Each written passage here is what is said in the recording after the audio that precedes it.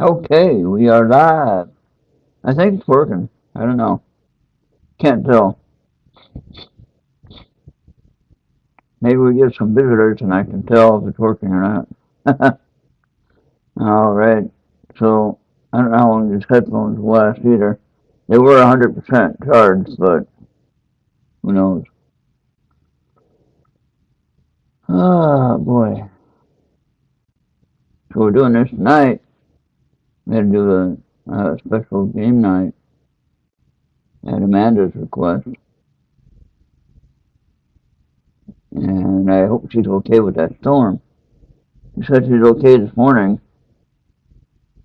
but then I don't think the storm quite hit until this afternoon. What it looked like to me on a video from AccuWeather, it looked like it was mostly a tropical storm at that point. I mean, yeah, that's still a lot of rain, but I don't know what level it was when it hit. You have to go back and look.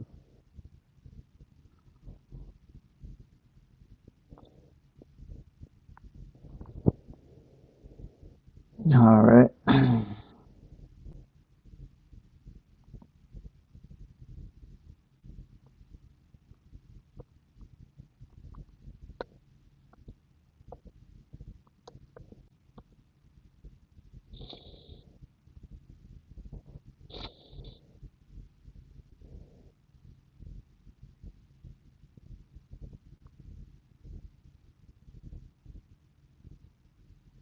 I want to see if we got the audio issue fixed. Part of that was my issue with my headphone jack. I think is broken. Was not working correctly. So when I tried my little soundboard thing, and it didn't look like it was charged up, where it's gonna be a while before it gets charged. So I have to use these earbuds. Hopefully they'll last. If not, we'll have to figure out something else. So they should last at least an hour. It should last 2 hours or 3 hours. I thought I'd have to look at that. So as an idea for a topic for one of our upcoming shows on IT, I would like to discuss the types of alien races that we know. And I don't mean like illegal aliens coming into our country. I mean alien beings. And now remember, this is for entertainment and educational purposes only. So if you don't like what I'm saying, or you want to give me a bad mark because you don't agree with it, well, then you shouldn't be watching. And if fact checkers want to check it because it's not factual, well, half of what you check isn't factual, so you're wasting my time. I had one person jump in and then they jumped out. Oh, now we got one more person in. Okay. All right.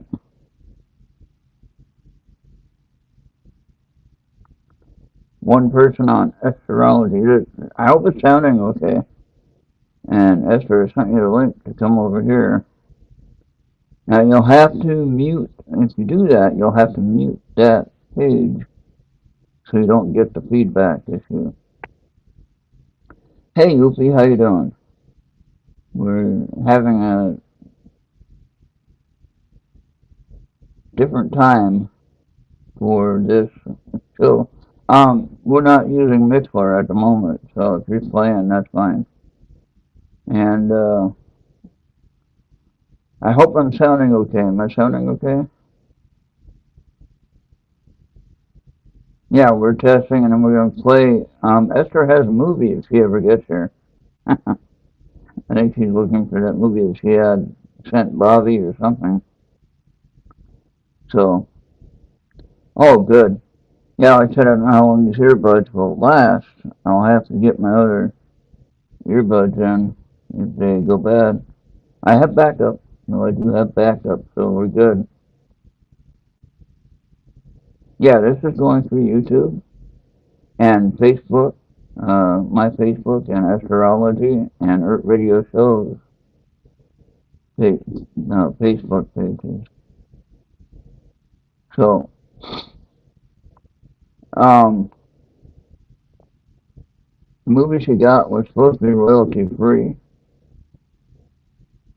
I got a copyright infringement from Warner Brothers Music for the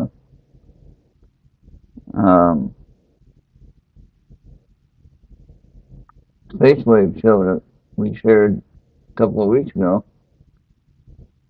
And when I go to look at the information, it just had error.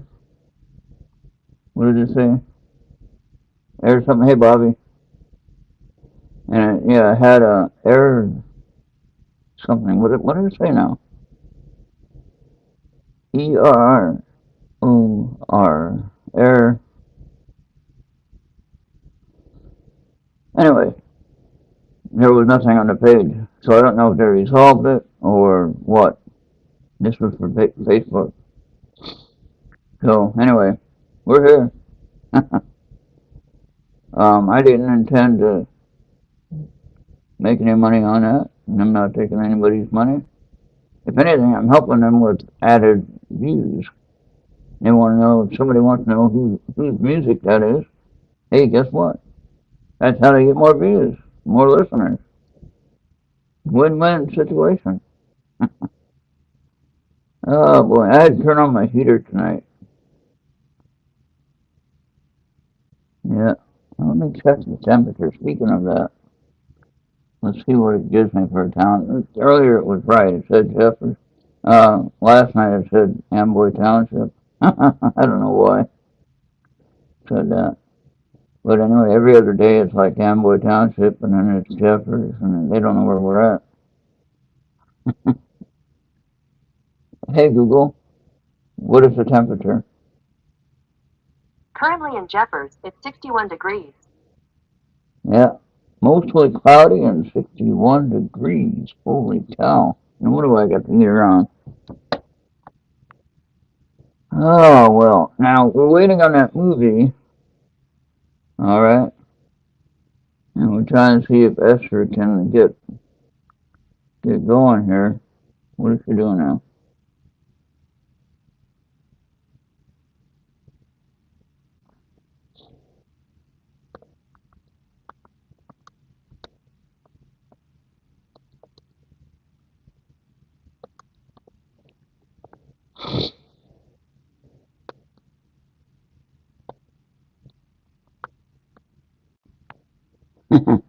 uh,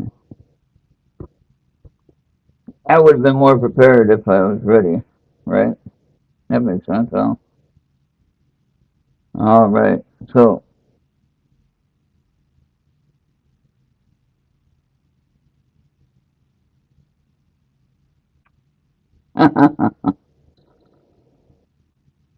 yeah, that's probably about right.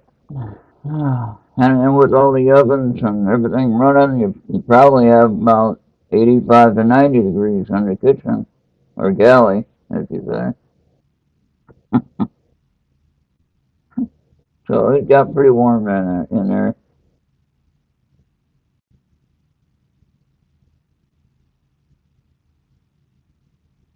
Yep, I'd be ready if I was more prepared. See, I just wanted Esther to be here to share this screen and get this show going.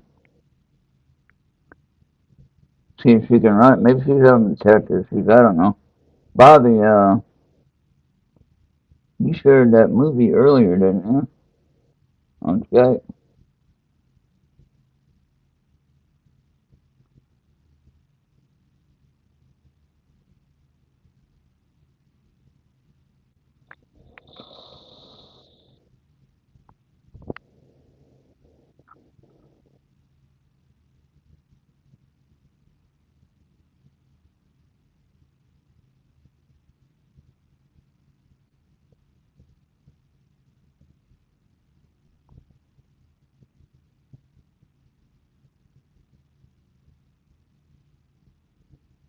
Okay, I'm not sure where it is now.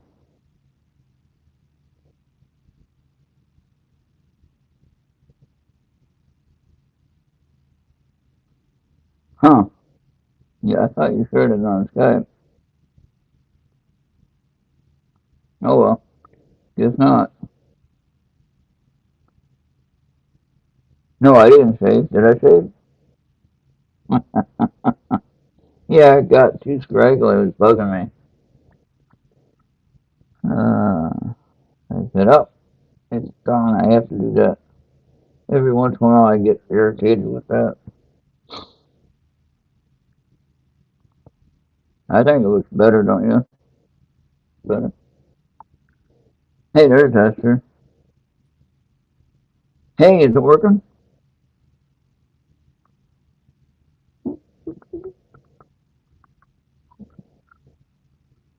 Hello? Hi. Oh, good, it is working. Am I too loud? Yeah, a little bit. Yep. Okay. Of course, I could be. I have mine at 75 or 80% anyway. That's to override my ringing in my ears, which I'm probably making it worse by turning it up. How about that? I can see if I can turn it down on my end. Okay. Let me see. I already got it at 60%, so I'm doing good actually. Okay. Oh, and my oh wait, how much is my? See how much my headphones are charged. Settings. Okay, sound. Should give me a how much they're charged. No, it doesn't show. I thought it showed. Okay. Anyway, we'll find out if they go dead. We'll have to switch headsets. Anyway. All right, more volume for everything. If you How's can that? do it. Is that lower? Yeah, you're fine. You're fine now, I think. Um, Esther sounds good. I don't sound good for some reason. I don't know why I don't sound good. Let's see if I can help that. I mean, you sound good to me. Right. So it might be a check. Oopie check. Well, if you sound good and I don't, then there must be something wrong with my setting. Well, no, my microphone's working fine. So there. So there. It looks like it's working just fine. I can turn it up though. How about that? Is that louder? Sounds the same. Okay, it sounds the same to you? Okay, Mm-hmm. turn it down to 80%, and that'll be good enough. Alright, so at least it is working anyway. I don't want the microphone array working. I want to disable that one. That's the one for the computer. So now I just have the headphones working. That's what I had to do. Okay. Is Now, that now it might sound better. Oopie, does that sound better now? Remember, I don't have any teeth, Oopie. It's hard to enunciate when I don't have teeth. And then when I have dentures in, then it's really hard to talk with them as well. So, either way. Hey, Charles, how you doing? Hey, Oofy. Hey, Charles. Hey, everybody. Not much difference, Oopie says. Yeah. Alright, let's go ahead. I'm going to share the screen then, okay? Okay. And then you can play your movie. Alright, share screen. Okay, and then share screen and then share audio. And we'll see how this works. Got it. There you have it. There you have it. Hey, Genghis, how you doing? Making us.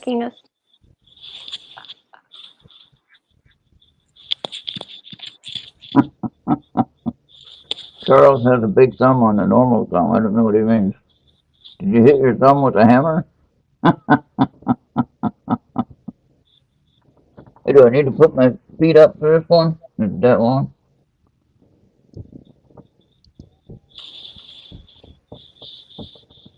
Good thing I can play the movie right away. I'm gonna have to use the bathroom while you're playing that movie. Let's see how it works. Oh no, Charles had a thumb accident. That's not Oh good. no. Can't be doing that, Charles. That's not healthy for you.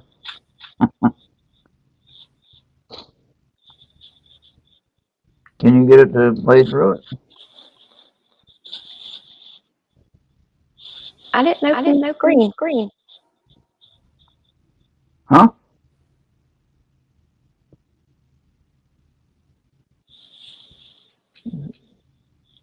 So, okay, what do I have to do then? I have an apple. Okay, so you see the spare screen though, right? Mm-mm. You don't see the many screens looking at you? You should be able to just play the video right through it. Since you're on the show, you should be able to play the video right through it. And we'll have to mute our mics when it's playing. Full screen on the movie, which I know that, okay. How do I do that? Like that full screen layout, like that. Okay, now you can see the whole thing. And now what you want to do is, when you play the movie, though, you want to make sure it's full screen on the movie part. You know what I mean? Yeah. So then that way it'll take up the whole screen that we see. And then we have to mute our mics, of course, while we're playing the show. So you ready to give it a try? Yep. It's all you. I can't. So all you have to do, I think, you have to go to the ad. Okay. Someone help us out here. Alright, we're just trying to figure out how to do this here again. And then with the and this was a royalty free show, right? Okay. Because then when they tell us it's not, we can fight it.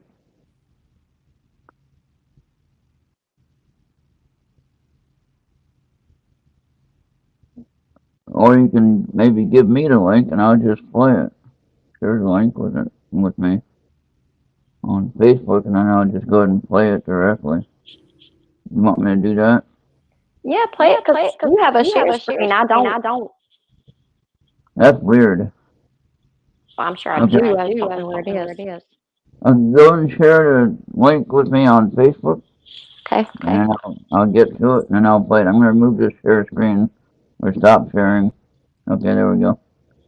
And then we'll go ahead and. Yeah, I did that already, Charles. I'm going to play it directly though.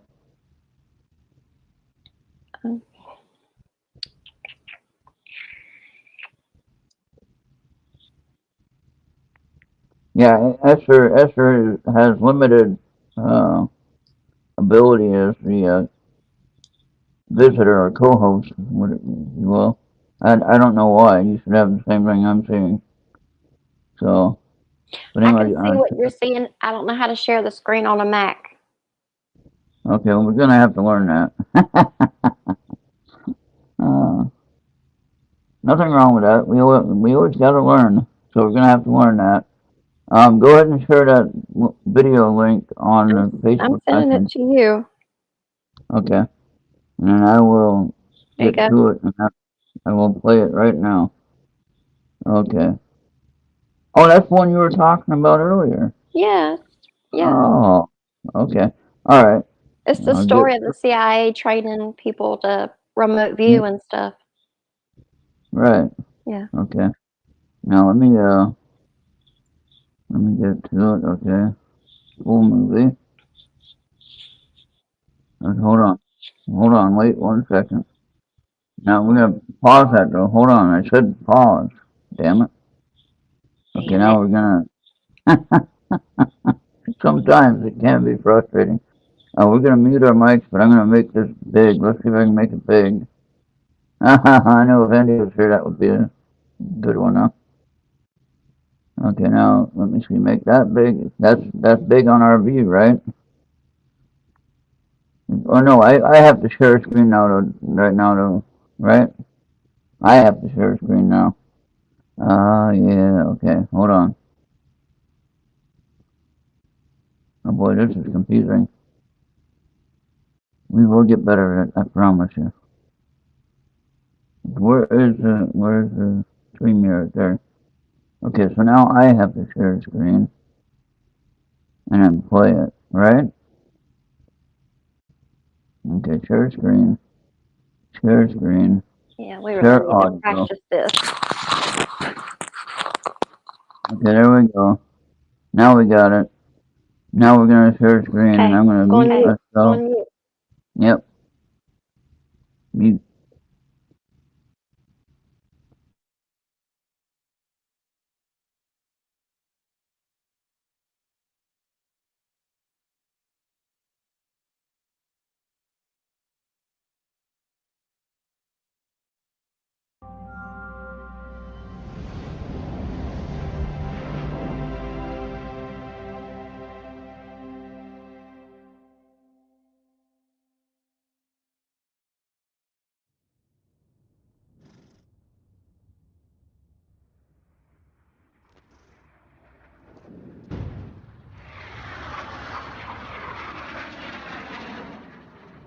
One time we had a small plane go down somewhere in Africa, and we were not able to find it by surveillance. So the director of the CIA heard about a woman in California that was a medium or something. I don't know the title for. And she gave him the latitude and longitude of the plane's whereabouts. We located the plane where she said it was. And that's the only time that I have ever experienced something that was inexplicable while I was present.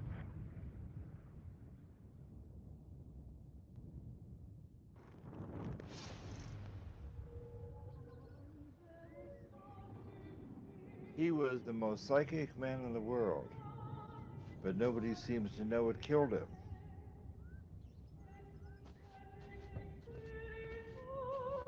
It began with Russell Targ. The physicist in the beret there appeared at my door with a box of documents.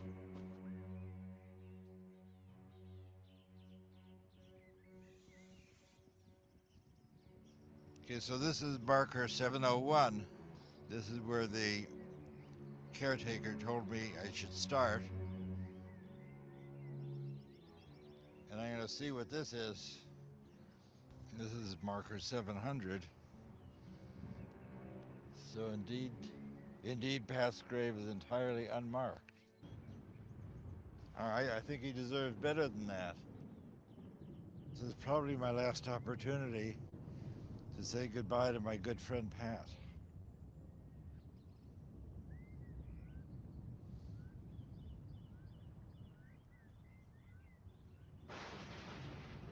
Pat Price often said, the more attention you place on hiding something, the more it shines like a beacon in psychic space. Pat Price died in 1975, and some people believe it was because of his work with remote viewing. Psychic spies, Cold War whimsy, or secret weapon. Some people may have certain psychic powers. This may reassure you, it may alarm you, but in fact, for some years now, the U.S. intelligence community has wagered a modest amount of money on the possibility that such powers do exist. Such powers do exist.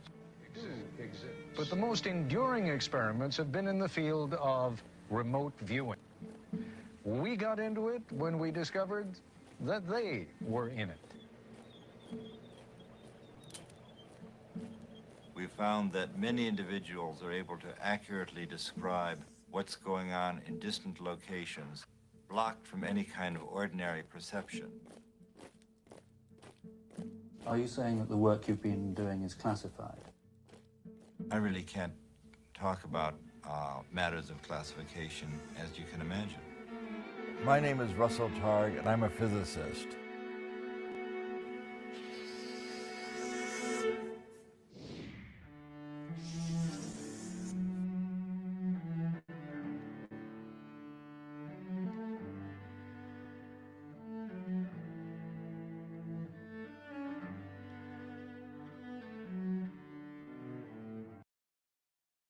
This is our last chance to tell our story.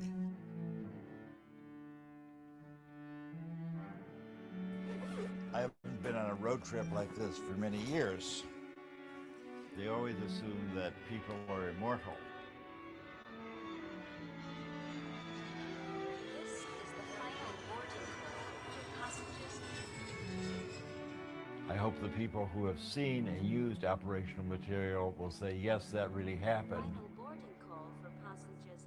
A huge trove of material was declassified by the CIA. So this is really the first time that the people who were cognizant of secret material can talk about it.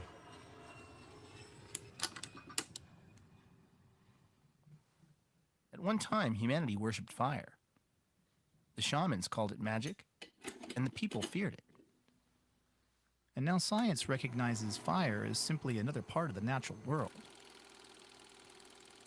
Ideas change based on new evidence, but the fear of the unknown remains. The future, it all looms very large. What if psychic abilities were real? What if you could look anywhere, using only the power of your mind? And if these abilities really exist, what would that do to the world when it found out? With my second-hand turban and my crystal ball. The CIA financed a project in 1975 to develop a new kind of agent who could truly be called a spook. Dad, when you told me that you were interested in using classified materials, that you were eager to get them out, and you were, I was principally concerned for you.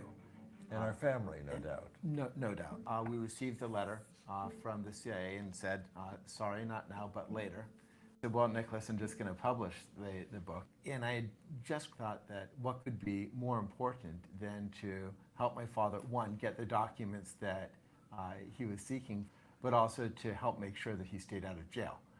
So that all seemed like a very worthwhile enterprise. Yeah, very good thinking. And I then contacted the congresswoman in Palo Alto, and she submitted a letter on your behalf as well.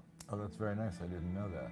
Several months later, the CIA released the documents that we had requested, and you were able to tell me the story in full detail. If I taught you to expect a miracle, it's been worthwhile.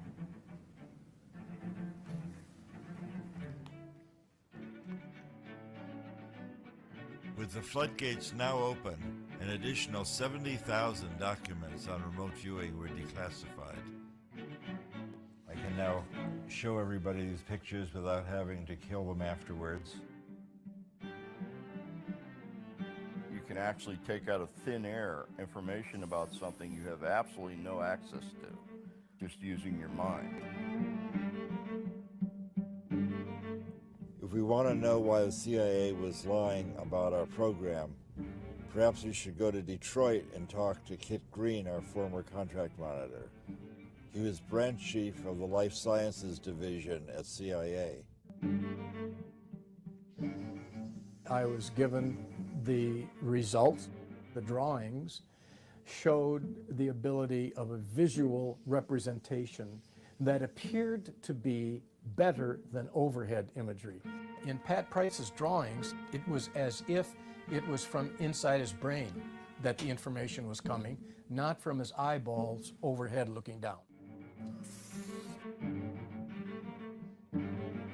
It was obvious to any intelligence organization that if you had an ability to be able to remotely perceive stuff, really remotely, like any place in the world, that could be an extraordinary intelligence source. The remote viewing program basically ran from the early 70s to the mid-90s. For more than 20 years, the CIA used psychic abilities operationally and in a top secret program for the U.S. government. You paid for them, you deserve to see them. CIA had said cease and desist. And people said, this stuff is so intriguing that we got back into the game.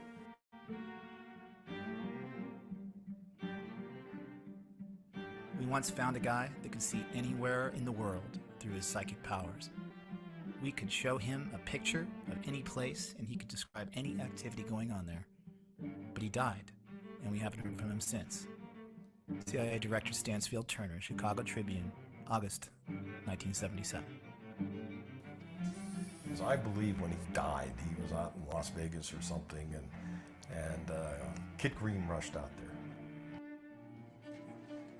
Even though he died unattended in a hotel room, you don't need to make it a medical examiner case, although that's not correct. And he was taken to the emergency room, which I visited. Speaking now as a criminologist, I would have investigated the hell out of it. But the water's a little bit murky. So I'm going to change to a bigger fly that they can see better. Oh, there we go. We got one. So what do you do with it after you catch it? Catch and release only. The cutthroats are now pretty endangered, so you can't keep them. Where the red is, it's like his throat's been cut. Yeah. Ken Kress was our long-term contract monitor at CIA. He was a physicist. Ken Kress became a mythic figure when he wrote a long paper in Annals of Intelligence describing our program, but he's never come forward. Kress had never been interviewed before this film, and every question we asked had to be submitted for vetting by the CIA. I was undercover. The fact that CIA was even doing anything with SRI was confidential information. So Sid Gottlieb looked around, came up with my name because I was a physicist, and he called me in and he said, well, I'd like you to take over this project. And he said, the reason is there's two physicists at SRI, and I think you three can probably communicate.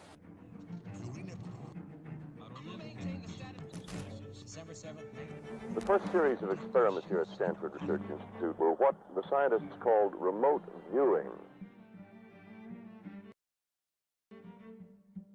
For example, here is a reenactment of one of the first experiments last year. The subject was a New York artist named Ingo Swann. He was in the room. The experimenters, Drs. Harold Putoff and Russell Targ, were driving away in a car. Their destination was in a sealed envelope. This day it was Palo Alto City Hall. The subject did not know. But back in the room, the subject began sketching and describing where he imagined they might be. Here was the tape recording that he made then. There must be buildings around, and this would be sort of an area enclosed of some sort, a quadrangle or a quad. And then I sort of felt that there might be a fountain around, but I didn't hear any water in it. There is a fountain. That day, it was turned off. Back in the room, the subject sketched a pattern he thought was crosswalks coming together in a circle. In fact, the courtyard is paved in this pattern. The courtyard where they were is 2 miles from the room where the subject was. There had been no communication between them. Somehow or another, Kit Green and Ingo got together, but Kit came up with a report, and he sent this back, circulating through CIA, and eventually got to Sid Gottlieb. Gottlieb was already predisposed to look at psychic phenomena from 10 years ago. As the CIA's sorcerer, Gottlieb attempted to raise assassination to an art form. Out of his labs had come many debilitating potions. We knew who Sid Gottlieb was, who was the director of the famous MK-Ultra program. This is by 1974. MK-Ultra was the CIA's notorious mind control program in the 1950s and 60s, where they were giving LSD to people to see if you could create a Manchurian candidate and strip away their memories. We considered him sort of the Joseph Mengele of the American side. Mengele, of course, was the notorious Nazi physician who did biological experiments on Jewish prisoners. Gottlieb was not doing that. Gottlieb, of course, is Jewish. He was just torturing other people, independent of race or religion. He's sort of equal opportunity misanthrope. From my point of view, he reminded me of my old Uncle Sid. When he died, he was out in Las Vegas or something. In early 1972, I briefed NASA and the CIA on proposed experiments to help people develop their psychic abilities. Well, Helen and I thought it would be very interesting to meet with Sid Gottlieb. He was enthusiastic about the idea of giving remote viewers LSD as a way of enhancing their psychic abilities. I was opposed to that. Remote viewing requires the person's conscious cooperation, and we explained that to Gottlieb, and he seemed to completely understand. So he led us down into the basement of the Pentagon, and it seemed to us that he was sort of stored in the basement with all of his books. The only really comfortable place we'd ever been in the CIA. The idea, after talking to Gottlieb, that the decision to give us money to go forward probably had already been made. Reports that the Soviets were using psychics to spy on us prompted us to do the same to them. There was intelligence, hard intelligence. I mean, intelligence that was like really, really good. Internal program intelligence about what the Soviets were doing in medicine and psychology. That stated that they believed that United States military, United States intelligence officers, and United States scientists would be ripe for recruitment as spies if they were interested in crazy things like psychic research, remote viewing, and parapsychology. And they would tell their government people that were responsible for doing recruiting and so forth, hey, if you want to find somebody in the Washington, D.C. area that might be pretty interesting, find somebody that spends their time doing psychic research. They must have been following Russ around constantly then. It's natural for a visually handicapped person like me to be interested in optics, magic, and extrasensory perception. I'm a legally blind motorcycle riding physicist. In 1934, I was born in Chicago. I was a child magician. I used to perform magic tricks at birthday parties and art openings. As a magician, I understand how people can be tricked. That's always made me a better researcher, especially in a field like ESP. I left graduate school at Columbia in 1956, and in 1958, I began working on the earliest development of the laser. I was looking for a way to get into some kind of psychical research and still support my family. Russell was enthusiastic, and Hal was more like what you would expect a theoretician to be. But they both came across as, physicists. I heard that there was going to be a lecture at Stanford University, and there was a young physicist, Hal Puthoff, giving a lecture on psychic discoveries behind the Iron Curtain, American and Russian ESP. And I then went back and talked to my new friend Hal Puthoff and said, I think I got some dough. Let's talk to your management about creating a program. And he said, that would be very nice. You just have to promise that you'll keep a low profile. So that was in June of 1972. And this led to the beginning of our program at SRI to investigate psychic abilities. I look forward to coming to work. Every day had a new miracle. I feel like the child magician finally got a job doing magic. As we were doing these experiments, we began to run into flack from the psychologists at SRI. They said, you've got that crazy ESP experiments going on. That's going to ruin our reputation. We're going to lose our funding. Get rid of those guys. Hal had worked for several years in naval intelligence in Washington, and that may have made him a little more secretive indeed. Yep. I had access to one of the most shielded experiments on the planet. It was a shielded magnetometer that measures weak magnetic fields. Against his better judgment, Hal snuck his very first subject into a forbidden lab at Stanford. The man claimed to be the greatest psychic in the world, and his name was Ingo Swann. Swann claimed that he could move the needle of an unswayable magnetometer, buried under 30 feet of concrete, with a classified design used to sniff out nuclear explosions. It even had superconducting shielding. Its claim to fame was that nothing from the outside could affect it. Not only could Ingo perfectly sketch the design, but the needle moved, and nearly got them kicked out of Stanford for breaking the experiment. And that got the attention of the CIA. I asked the CIA agents, why are you looking me up? He says, well, we couldn't care less about the fact that he perturbed that magnetometer, but the fact that he could look through superconducting shielding and see what was inside, that is really a concern. In a way, I can understand other people's response to our work. If someone had come up and told me 4 years ago the kinds of things I'm now telling people, I think I would have been skeptical also. Well, when I first met Ingo, of course, he was coming out with this claim of, quote, being a psychic, and at that time, before I started seeing results, I was very skeptical, and he was very confident. The psychic is a kind of remote sensing device, and that I think has a contribution to make to both science and humanity. To understand Ingo, I think you have to see a creative, highly intelligent, deeply wounded man who found in remote viewing a pathway to the acclaim that he sought. We might do an experiment that looked like a really good outcome, and he would say, no, this is not so good, and he would come up with some loophole. And so he would say, look, if we take credit for an experiment and then someone can come along later and find some loophole or some false positive, then they'll reject it, and then even when we do good experiments, they'll reject it.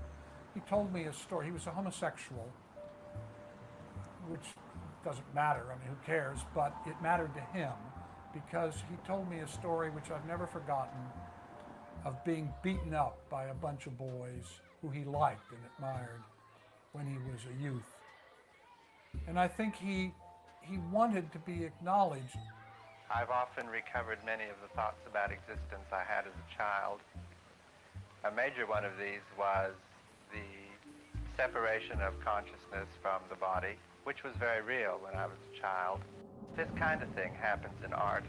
I believe, and always have believed, and I've returned to it many times in my life, that I am not this body in terms of consciousness, and consciousness can go places where the body cannot. It was very important to him to be validated by SRI. SRI was the first lab of a different order of magnitude from all prior parapsychological research.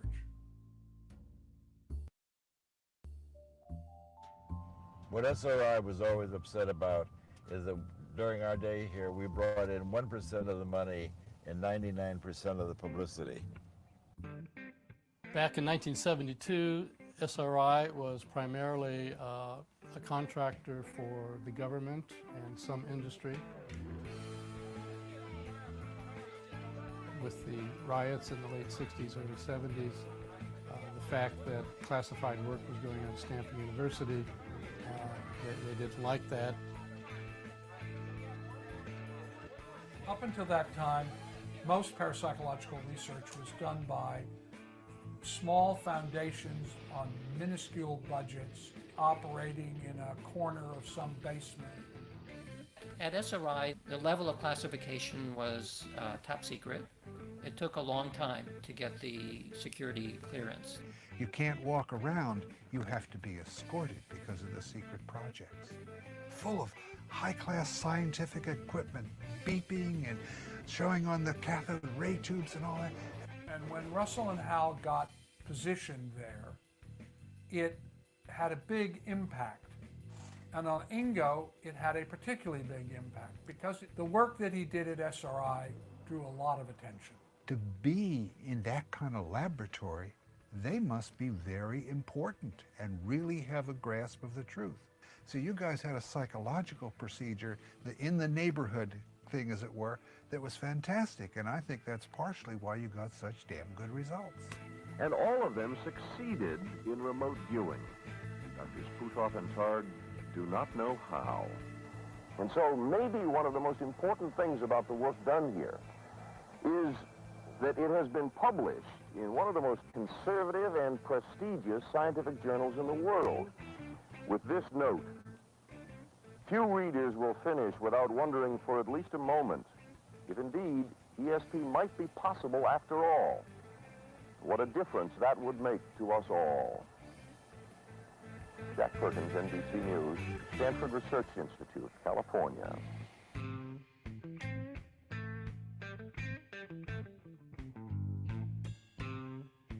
Ingo was really the father of remote viewing in the modern era. Before Ingo, people were describing the picture in the envelope.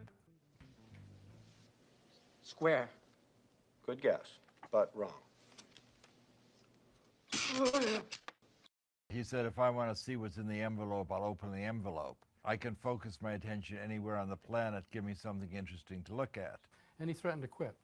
And so we asked him, well, you know, what do you mean? What would you like to do? And he says, just send somebody out in the San Francisco Bay Area and I'll describe where they are.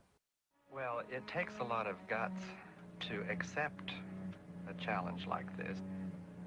The psychics involved could sort of get into it at a creative level and discover things very distant from themselves and then go find out if they were really there.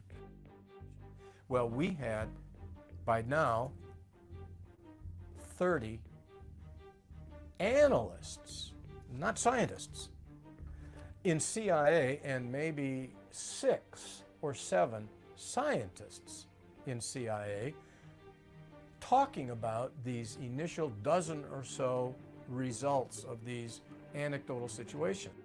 We began by speaking of some kind of almost a psychic arms race here. Is there any real application to this? At that time, there were rumors, certainly, that the government was doing something, but nobody actually knew what was going on.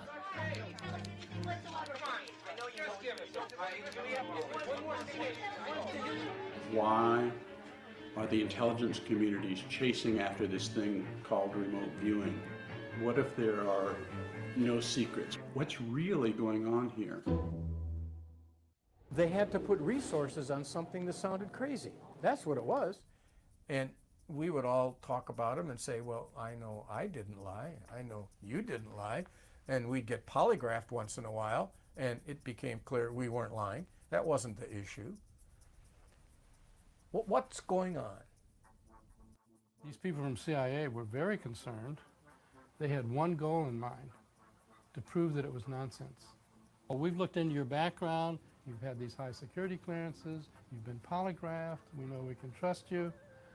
The Russians have been spending millions of dollars over a decade at some of their best institutes investigating so-called ESP. No scientists in America even believe there's such a thing as ESP. In fact, it was because the Soviets had a completely materialistic viewpoint. Even in Lenin's writings, he said, since consciousness is an observable, it must be physical, and therefore physical things must have consciousness. And so he thought even atoms had some level of consciousness. And then the question becomes, how close does it have to be for you to see it? Can you see it in this room, in the next? How about, can you see it on the other side of town? The question began to start formulate about distance. Maybe, like everything else that we know physically, it's quantum mechanical. That means it's spread out everywhere. It's not in space-time anymore. So that's exactly the same way that I can focus on my name being spoke. There's something about attention that I can use in order to narrow in and pay attention to something. So if I want to pay attention to what's happening on Pluto 1 million years ago, I should be able to do that. That's kind of what the remote viewers do. I mean, Ingo Swann was looking at Jupiter 9 months before Voyager got there and correctly described rings that no astronomer had ever seen or even suspected. So how did he do that? Well, it suggests that the rings of Jupiter was in his head already. This becomes a very materialistic way of thinking about what's going on, but who cares? I mean, I'm interested in what the truth is. We don't know how to evaluate this. We don't know if it's a threat or what. I would say the difference between the American scientific community and the Soviet is that at the highest levels in the Soviet scientific community, psychic research is taken seriously, and there's no doubt about it. And you claim in this country it is not? I would say in this country it's not, because people are worried about the so-called giggle potential. Our normal socialization, being a psychologist now, is that stuff like ESP is nonsense, it can't happen. So if somebody tells you to do it, they're asking something stupid. And they banged a telephone book size thing down on the table. Paraphysics R&D, Warsaw Pact, from the Defense Intelligence Agency. When I thumbed through that and saw all the work that was going on. So the CIA was tracking all of these people. Yeah, in this case it was DIA. Here is the report that I finally wrote that summarized everything we could find at that time. And it was called Key Intelligence Question number 9. I labeled it paraphysics, because I had to find a word that allowed us at the Foreign Technology Division to sense that there is a legitimate physics connection here. So let's just randomly, like a government support for parapsychics research. Paraphysics. Paraphysics. Returning with stories of official government support for such research. In fact, such support seems unquestioned by anyone. All of the Soviet centers, of course, are government funded. 1971. That's right. So especially over there, since everything was government funded, you had to take it more seriously. In principle, this document forms more policy than anything else that goes on in the intelligence community. Why should the intelligence community be interested in it? Access information, in a generic sense. You can use it for communications, like to remote places, submarines, and that came up later. I thought they'd laugh me out of the room. So what was their reaction when you Positive. said that? It was positive. You got a positive reaction? Yes. They said, hey, this is good stuff, follow it. When he wrote his first report, Dale Graff had no idea what he was getting defense intelligence into. Despite a series of remote viewing experiments that beat the odds at over 1 million to 1, the CIA was still skeptical. The Army, CIA, DIA, they all had remote viewing programs eventually, but it all began with the NSA break-in. The real operational work began not with the bang of bullets and bombs, but with a whisper. I'm sorry, actually I misdirected you. You were on the right. No, we should be up there. About 2 psychics and 2 laser physicists that broke into the most secret NSA site that ever existed. It was a whisper that would eventually be heard around the world. The CIA had a new secret weapon. There was a hiatus, and then Sugar Grove came along. And somebody says this cockamamie thing, well, now what we're doing is we're doing remote viewing by coordinates. And I say, what? It was codenamed Scanate. The Scanate program was started by Ingo Swann, and in that program, where we were using coordinate remote viewing, a viewer described what was located at any geographical coordinate of latitude and longitude, and would then describe what's there. And they tell me what this is. And I say something like, well, you're going to have to prove that to me. And the door opened at the end of the hallway, and a guy walks out. Could you give me some coordinates, just map coordinates of a place that you know? He says, this will do it. He says, I'm positive you don't know anything about what's there. I said, perfect. I took them. And then Kit gave Hal those coordinates that nobody knew about.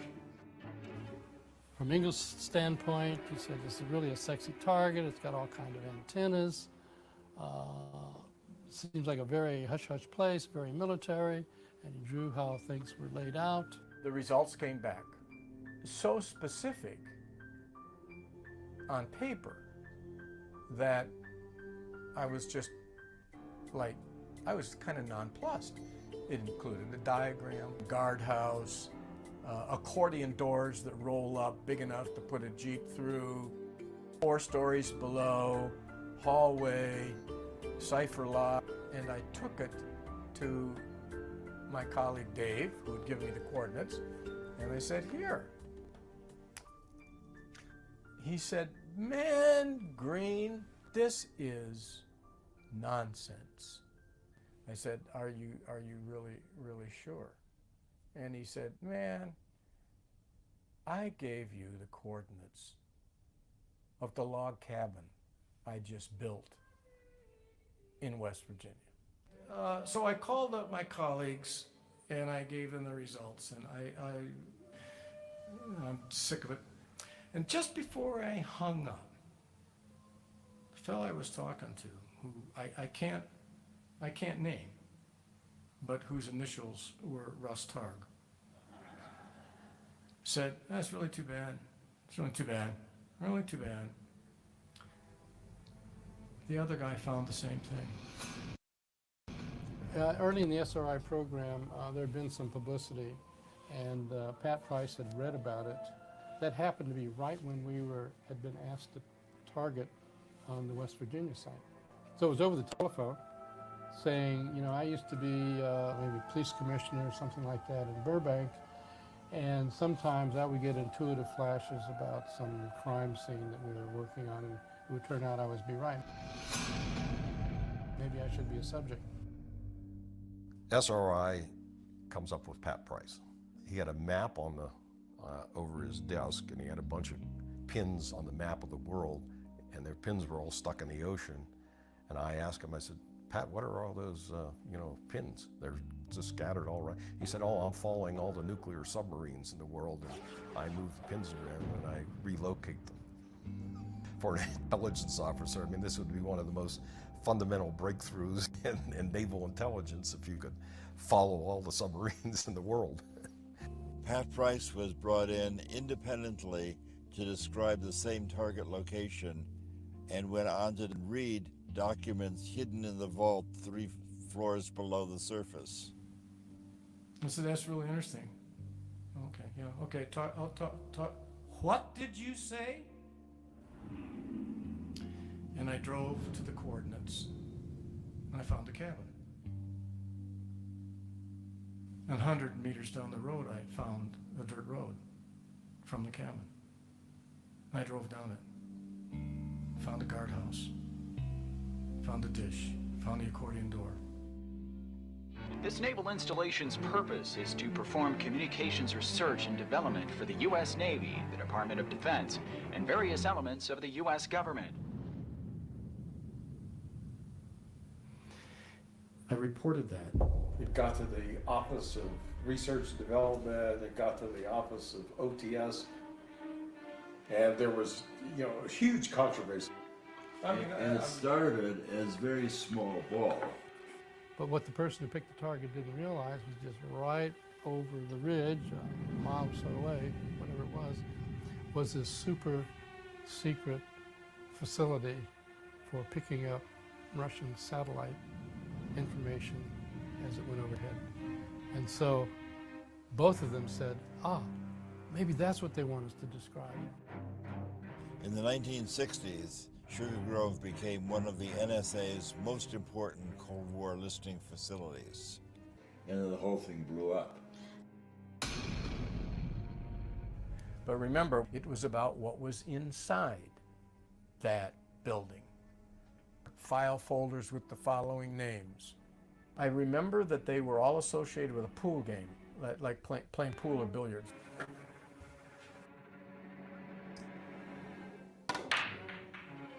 Filing cabinet on the north wall labeled Operation Pool Cue.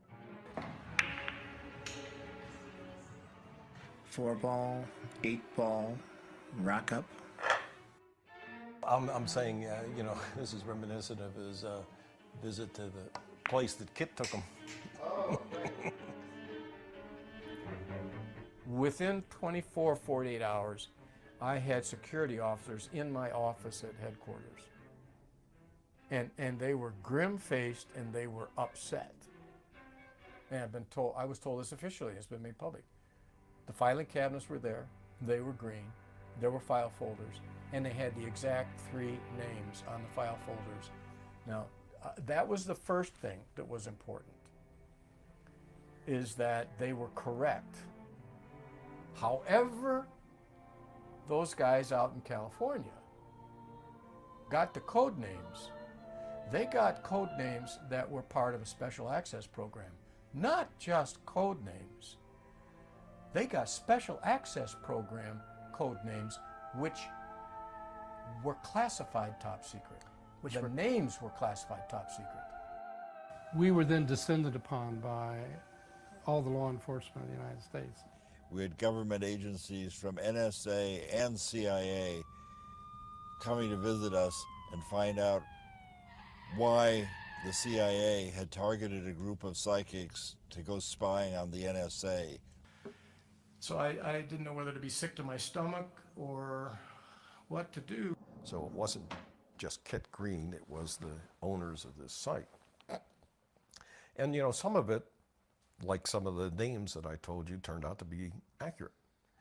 And so, you know, the first concern, a security leak. Somebody has let this information out. If I was director of intelligence or even the president, and I was briefed on what you just told me about those code words, I would think that this was either a propaganda thing, or I would think that there's a guy who could probably look inside a nuclear missile silo and give me the launch codes. And that guy is really important and potentially dangerous. It's either a hoax or it's real. I know. Now, if you're asking me where I sit, it's in the latter. You know, what really is going on here? Do we have a counterintelligence issue where people can do this sort of stuff against us? And of course, the other side of it is, hey, can we do it against somebody else? How would it be if we spent half of our time on operational targets for the CIA and half of our time doing research? And he said, I understand what you want to do. That would be fair. Everybody knew that there had to be some foundational science or this stuff would never be accepted. Stanford Research Institute has been conducting an experimental program in the field of psychoenergetic effect. I had Hal and Russ bring Uri Geller to me, who was supposedly one of the psychokinetic people who could take and bend spoons and do other magic kind of things with materials. And we had an experiment set up. 15 drawings were placed in double-sealed envelopes in a safe for which none of the experimenters had the combination. This is Geller's representation of what he believed was sealed in the envelope. This is the most off-target of the drawings that he did. As you can see, he is quite elated about getting the right answer. Hey, this is real. Don't you try to debunk this, because it is scientifically proven. And I can tell you the agency did a little background check on Uri and found that he might be working for some other government, shall we say. And so he was just dropped. There were security concerns. The worry was that there was national security information that could be gathered. What he said was that he mushed his head into a safe, and these words popped into his mind. When a CIA analyst reads this and says, what? Does that mean if I have a document on my desk that I consider highly sensitive and classified, that there could be some Russian psychic 1,000 miles away reproducing what I'm looking at? Suddenly the lights came on, and we had CIA money and fresh support for our research. Our CIA handlers warned us to be wary of bugs, phone taps, and even honeypots.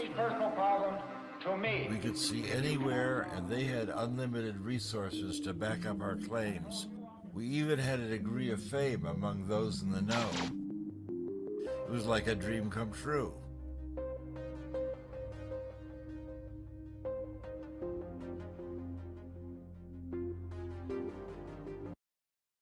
With new funding and assignments from the CIA, it seemed as if Hal and Russell could do no wrong. What kind of place do you experience them at? Attorney General from somewhere in Northern California came to us and said, would you help us with this case? She's been kidnapped. The heiress had been kidnapped from her Berkeley apartment As we walked in, the police were very excited, and they said, "We have a lot of questions we want to ask you." And Price said, "Let me show you how we do this. Let me see a mug book." And he put his finger on Donald DeVries and said, "That's the ringleader." The Berkeley police said, "We know who he is. He walked away from a minimum security prison a year ago." And he said, you know, this is not your regular kidnapping for money. This is some kind of political thing. And then she's photographed in robbing banks alongside with an AK-47 or something like that with the other crooks. I get this image of crosshairs, looking at crosshairs. Well, getting closer, it's more like an intersection. He told us where the car that they had kidnapped her in had been left. Across the freeway are two large white gas storage tanks. And one of the detectives said, "Well, I know where that is." So the policemen went out and they actually found the car where he said. And we went to a shack they thought might be a hideout. I had the experience of the detective handing me his sidearm and said, "You know how to fire a pistol?" And I said, "I happen to own an automatic." "Yes, I do." So he didn't realize that he handing Mr. Magoo an automatic so that I could cover his back. And some walking sticks. This is the assignment outside my job description. Continental flavor. We were basically detectives on the case, on the street, boots on the ground, so to speak. Problem was that the Berkeley police did not cooperate with the Alameda Sheriff's Department, the county sheriff, and neither of them were cooperating with the FBI.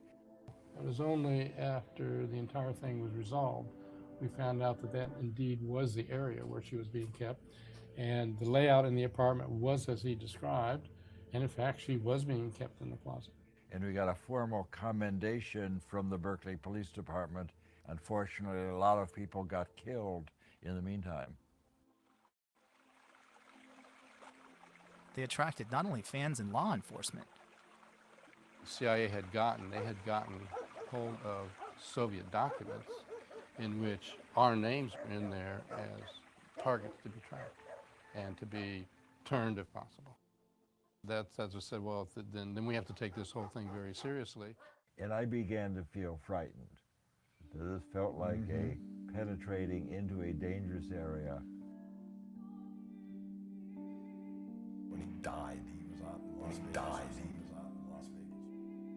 Medical circumstances would admit to a coronary and would admit to what he said he was suffering from, which was poisoning.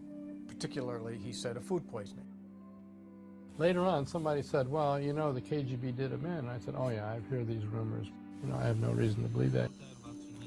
This appears to have been a state-sponsored assassination attempt. Statement of the Prime Minister. But now, 8 days on, Theresa May came to the Commons. In her hands, one of the most remarkable statements she's delivered as Prime Minister.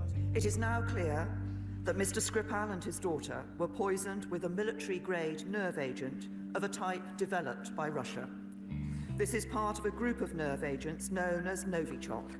It causes suffocation and heart failure. I said, what do you mean? And he said, well, there was a TV program recently, I mean, this was a decade later, where they were interviewing an ex-KGB agent who had been involved with an assassination squad.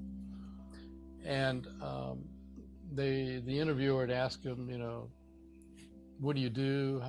How do you carry out assassination? If we had somebody who was a target, we'd find out what their medical profile was, and then we would do something that would cause that medical condition to go south quickly, and then it'd just be assumed it was a medical event, and that way we would be, you know, wouldn't be found out.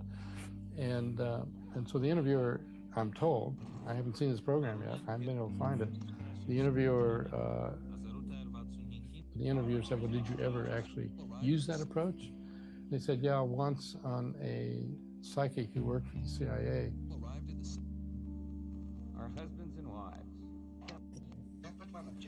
They really do, for instance, have a Soviet experiment in remote strangulation. Larissa Velenskaya was put in charge of monitoring SRI's ESP work from Moscow.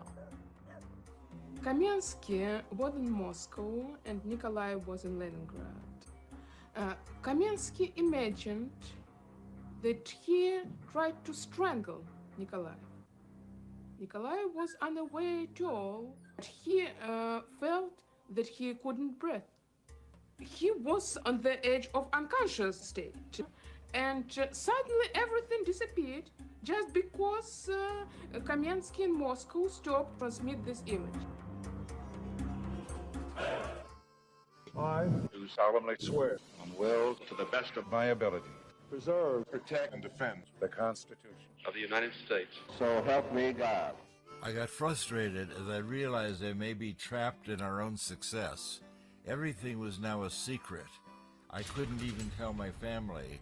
Our phones might be tapped. The only thing secret about this program, what is it with the secret program? But we weren't publishing anything.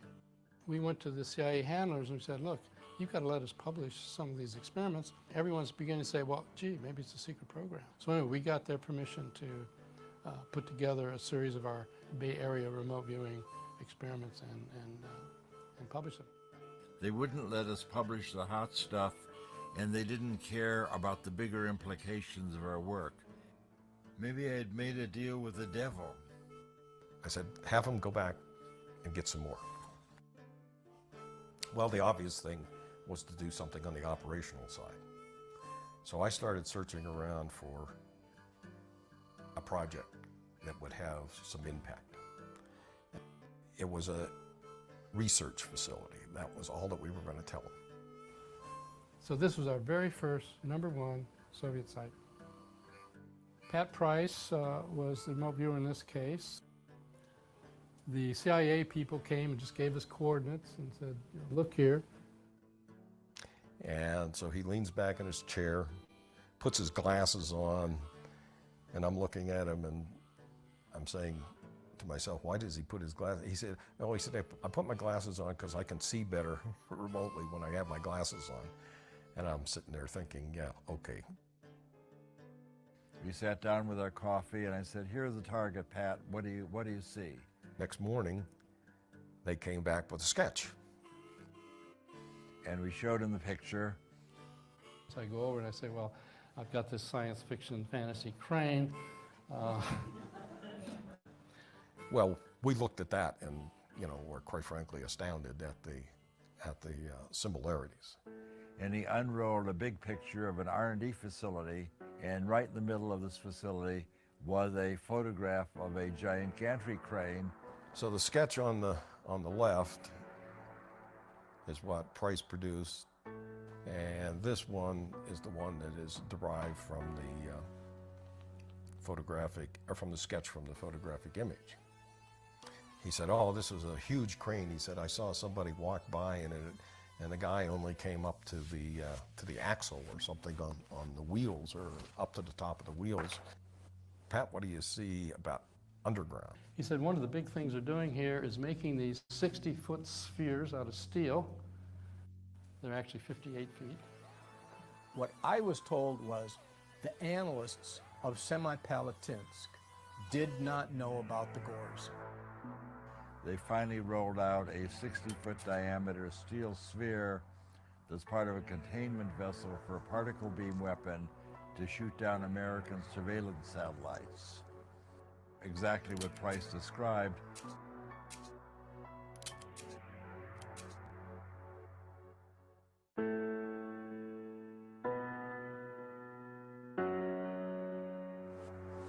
The end game is this big review occurs of all operations-oriented testing from a contractor like SRI should stop. So in other words, CIA's decision was because of security concerns, they were going to cut out SRI and work with Pat directly. So they did so. The CIA moved Pat Price to a farm in the outskirts of Washington. He was doing day-to-day spying for the CIA. We've broken into some foreign embassies in foreign countries, and we bugged them. And we have the operational files. So what we did is we got Pat Price, and we brought one of the people who had made this entry into the room with Pat. So we gave him a photograph of the outside of the building. But the goal of those operational people was to find the code room of the embassy and basically bug it. So they needed to get in the embassy, find it, place a bug, and get out before the guards opened up the next morning. He supposedly located the physical place in the embassy that was the code room area. So, according to the operations guy, yeah, he found the place and they should use him again. He was inside the code room.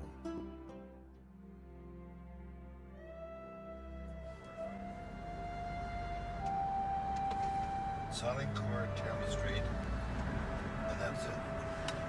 So he's a wizard of Sonic Core. Hello, just dropping off Russell. Thank you. Uri Geller knows a lot about code rooms.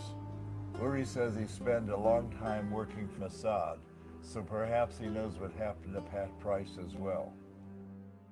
If you can tell me, what was the meeting about? What were you doing in the secret room in the Capitol? Okay, they actually. You must have been briefing somebody. Yes, actually there were 10. There are probably 2 or 3 shielded rooms, different levels, but it's actually in the Capitol dome, the shielded room.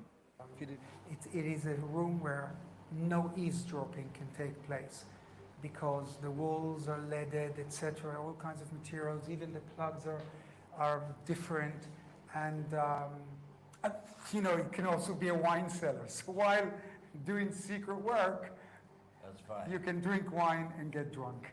Okay. Well, I wanted to, it's a shielded room with a perfect conversation. Yes. I want to talk to you about the death of Pat Price. And Pat comes in with his description of an underwater sabotage training facility several kilometers away from the seacoast. And this information was passed on to the Libyan desk. They saw a facility, basically, where he said that they hadn't seen before. And a few days later, Pat Price died. This was the end of Pat Price. CIA hired Price away from us, and 4 months after joining the CIA, Price was dead. And the big question is, was he killed or was it a natural death? Like in the movies, you want to know, did he jump or was he pushed? What do you think?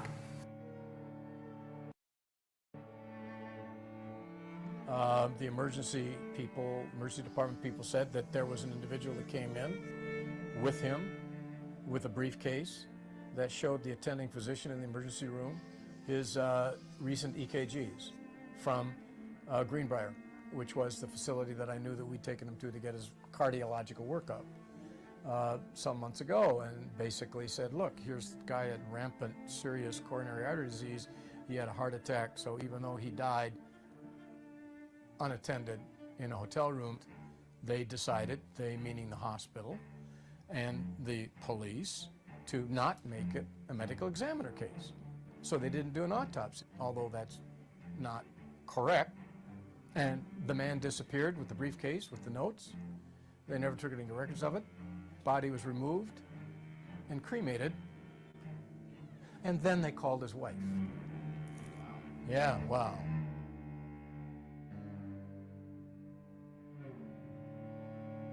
Price was known to have a heart condition and he may have had a heart attack. That's it. Next. The Russians may have killed him. And the third.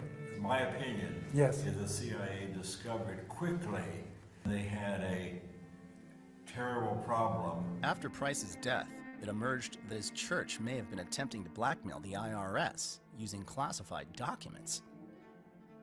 There's a file cabinet that's got a folder full of this stuff in it. This church had a problem with the government. He would go back to his church officials and immediately give them a debriefing of everything that he said and everything that I said. Here, the guy who was walking on water was a traitor. I do not think he was a spy for his church. You know, I was shocked and devastated because I had no idea about this. If he walks into the president's office and reads a nuclear code, If it turns out that Superman is a double agent, what do you do? If he didn't understand and misinterpreted what it was that he could tell his confessor in his church, I forgive him that. That's not Pat's fault. Knowing intelligence, knowing what's happening around the world, and having worked for certain, agencies, I know a little more about this story. That's exactly why I wanted to talk to you. People who are so valuable are never taken out. They tempt them with amazing circumstantial or monies, dwellings, houses, to work for them. They will never. This is like killing the goose that lays golden eggs. Devices which would have enabled the CIA to use this poison for killing people. Does this pistol fire the dart? Yes, it does, Mr. Chairman, and a special one was developed which potentially would be able to enter the target without perception. Well, the CIA had a heart attack gun that was revealed. Okay, now, the CIA is not in the business of killing people. Well, they were in the business of making a very complicated killing machine. And he got in a lot of trouble for that. I saw Pat shortly before he was killed. He was coming to see us. Yes. But before he left, he called several of his friends to say goodbye in an odd way. So, in short, he predicted his own death. And he purchased a $1 million term life insurance to give to his wife Ann at the airport. You see, I didn't know that. Interesting. And he's changed his trip to visit his son Yeah. in Salt Lake. Maybe he had a psychic feeling that he was about to die. He must have been one of the greatest psychics in the world. Yes. Some Army remote viewers tasked themselves on Price's death years later and decided he was still alive and at work. Of course, this was just speculation. It was entirely unmarked. He deserved better than that.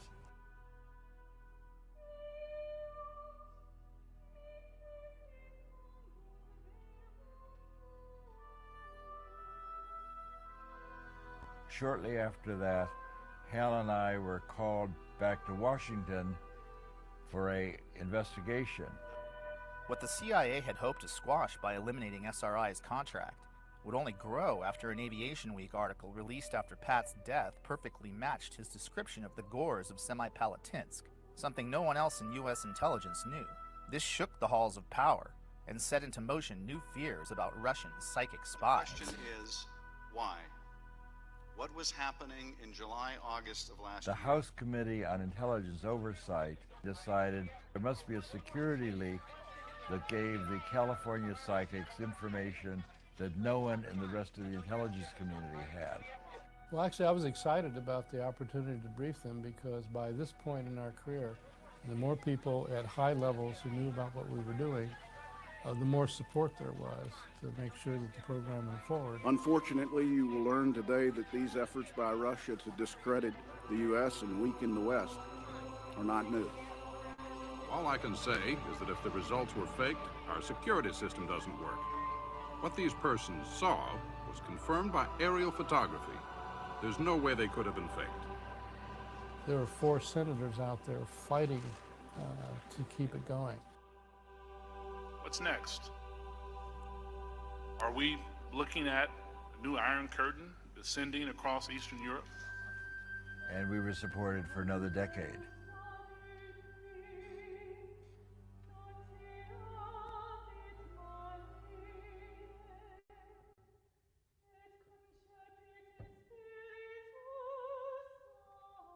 One physicist said, there was no point in teaching physics anymore because we'd learned all there was to know.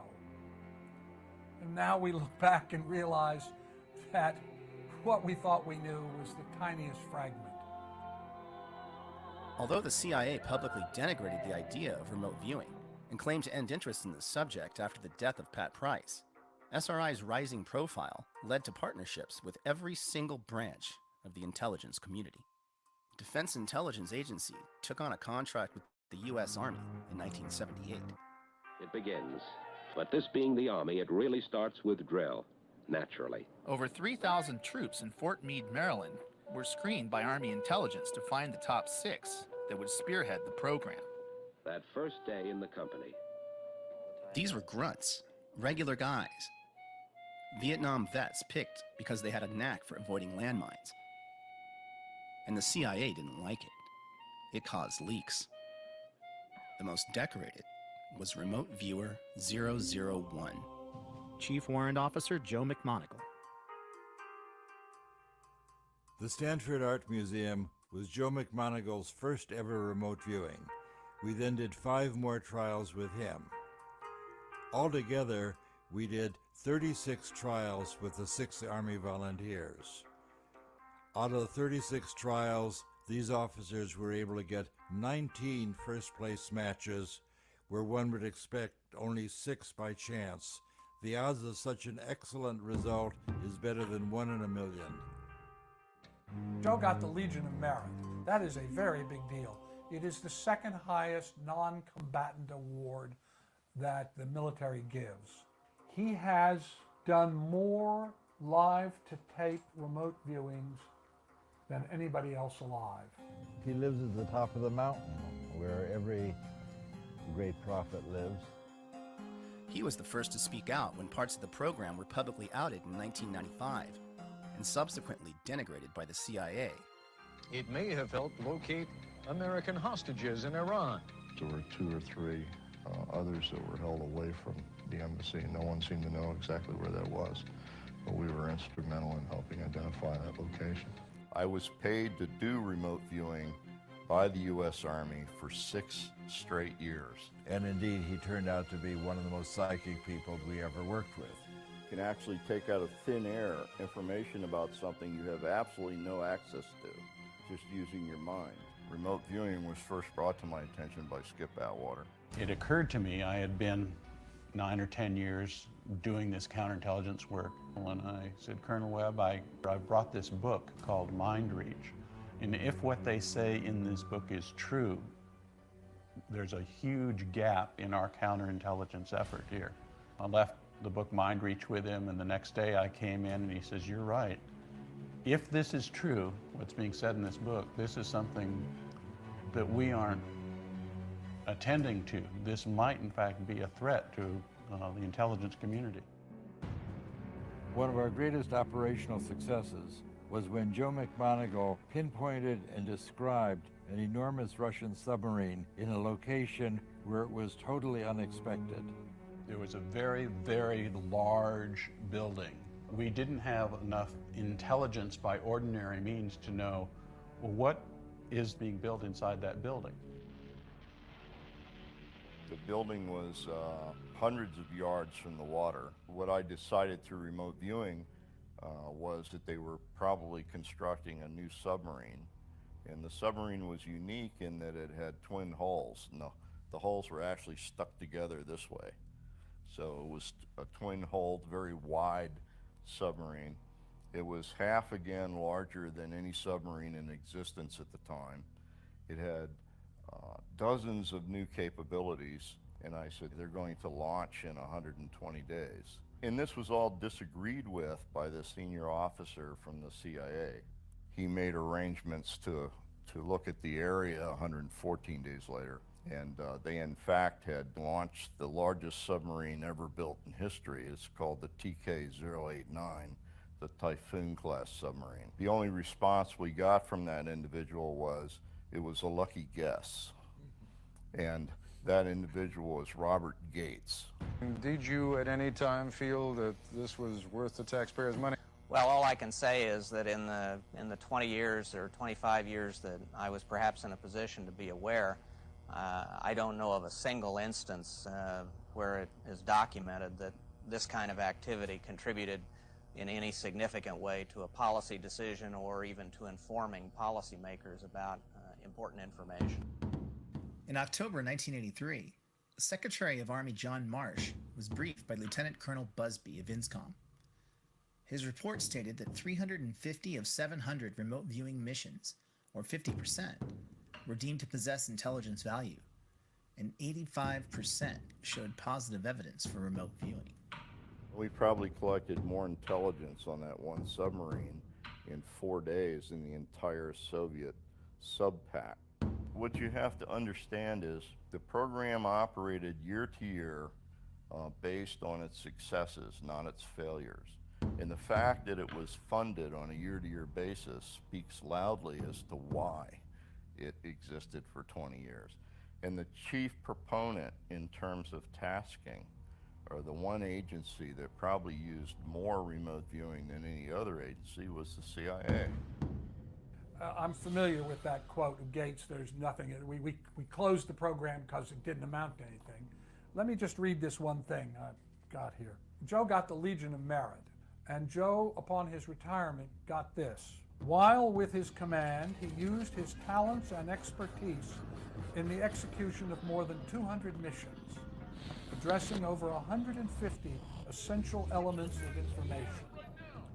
These EEI, essential elements of information, contain critical intelligence reported at the highest echelons of our military and government, including such national level agencies as the Joint Chiefs of Staff, DIA, NSA, CIA, DEA, and the Secret Service, producing crucial and vital intelligence unavailable from any other source. That would tend to suggest that Gates was not telling the truth. We had the total support of 5 administrations in a row. Carter stood up and said, we did this wonderful thing when they found the Tupolev bomber. And the reporter said, how did you find it? He said, we used our psychics.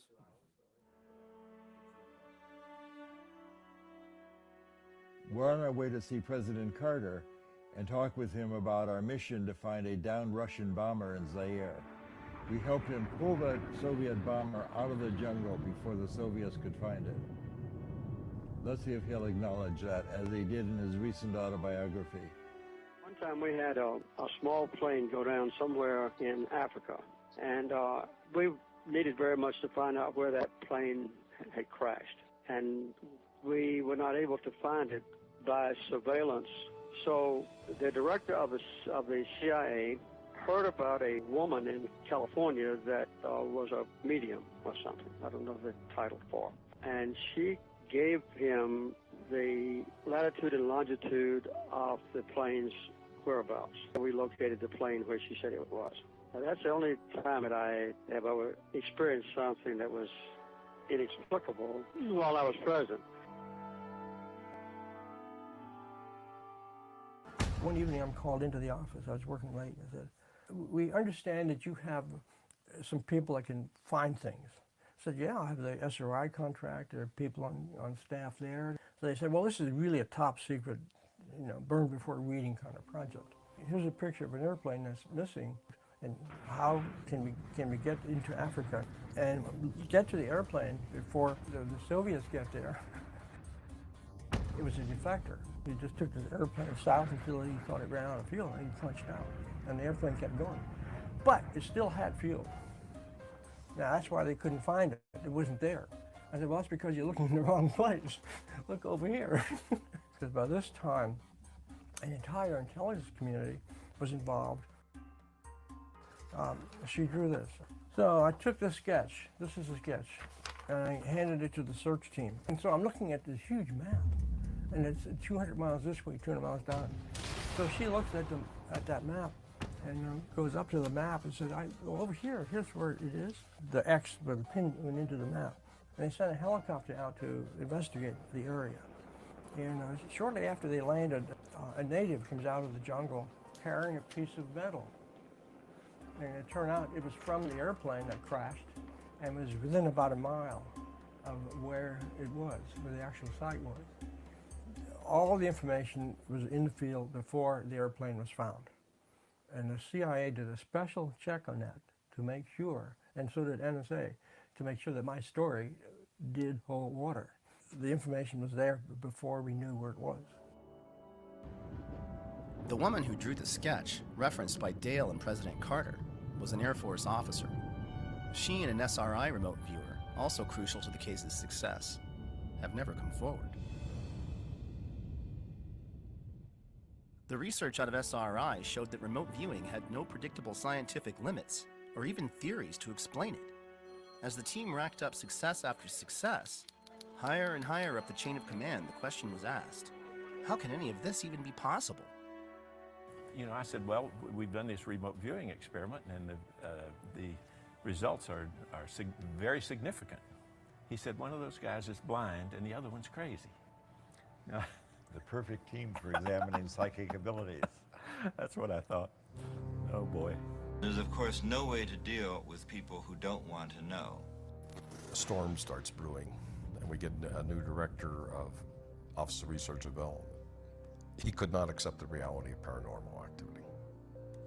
He said he knew that this was not real. And a guy in the back of the room jumped up and said, I know what this is.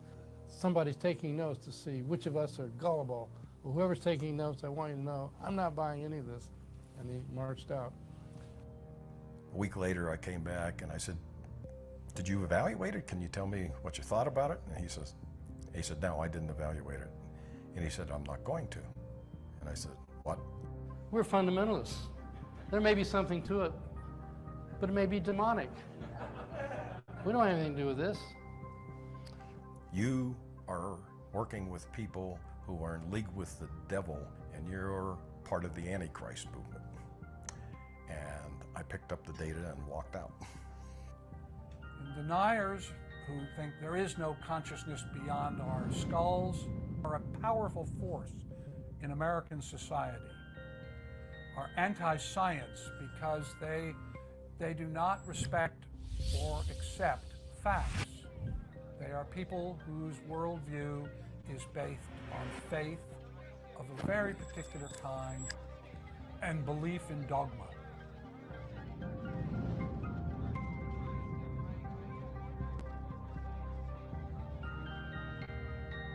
It is about dogma, absolutely. From a religious standpoint all the way down to, I mean, people that are afraid of it, which is half the people on the planet, so damaging. I had a senior senator in camera, in a meeting in camera, stand up and say, you, sir, are doing the work of the devil, and you will burn in the fires of hell, and walk out. That's a senior lawmaker. And then in the same meeting, when we broke for coffee, I had another senior lawmaker hug me and whisper in my ear, you're doing God's work, son. Now, which one scares you the worst? I think psi research is important because it's an essential part of reality which science hasn't yet taken note of. Furthermore, there's a lot of misconception around people just assuming without any proof that there's no such thing. It's just a piece of dogma, and science should not be about dogma. How many people say they've witnessed things that do not fit within a materialistic paradigm, and then they're told you're deluded because your experience doesn't conform to our dogma? This is so fundamentally anti-scientific, it's utterly appalling. So once again, this troubled me because I love science and I respect this tremendous evolution of science for the last 400 years. But when people speaking with the authority of science say, for example, that all experiences can only be functions of the brain, and if you have any experiences that cannot be explained within a materialistic paradigm, you're deluded, then this is dehumanizing, arrogant, pompous, and closed-minded, and those terms should never come in the same paragraph of defining and explaining science. When the evidence just gets to be overwhelming and the groundswell here is growing, I would say before too long, if you still insist that the mind is nothing more than an emergent property of the brain, it will be widely recognized you're just ignorant. And the key point about physics is always evolving. Our knowledge of physics is always expanding, and phenomena which people reject as impossible today may not be rejected as impossible tomorrow, because tomorrow we'll have a more extensive theory of physics. Enter this next wonderful reality and the most controversial of the people. And it shocked me that they found anything to object to. This is a hardcore scientist. Well, I'm very happy to be here. My name is Russell Targ. I'm a physicist, and it's my great pleasure to tell you about the remarkable work we did at Stanford Research Institute investigating psychic ability.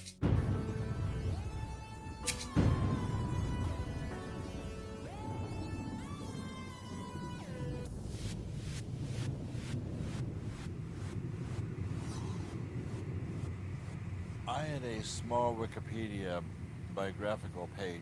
This described that I was born in Chicago, went to Columbia, worked with Hal Puthoff on the pseudoscience called remote viewing. So we had a chance for fish and chips and a cup of tea. We must be in England finally.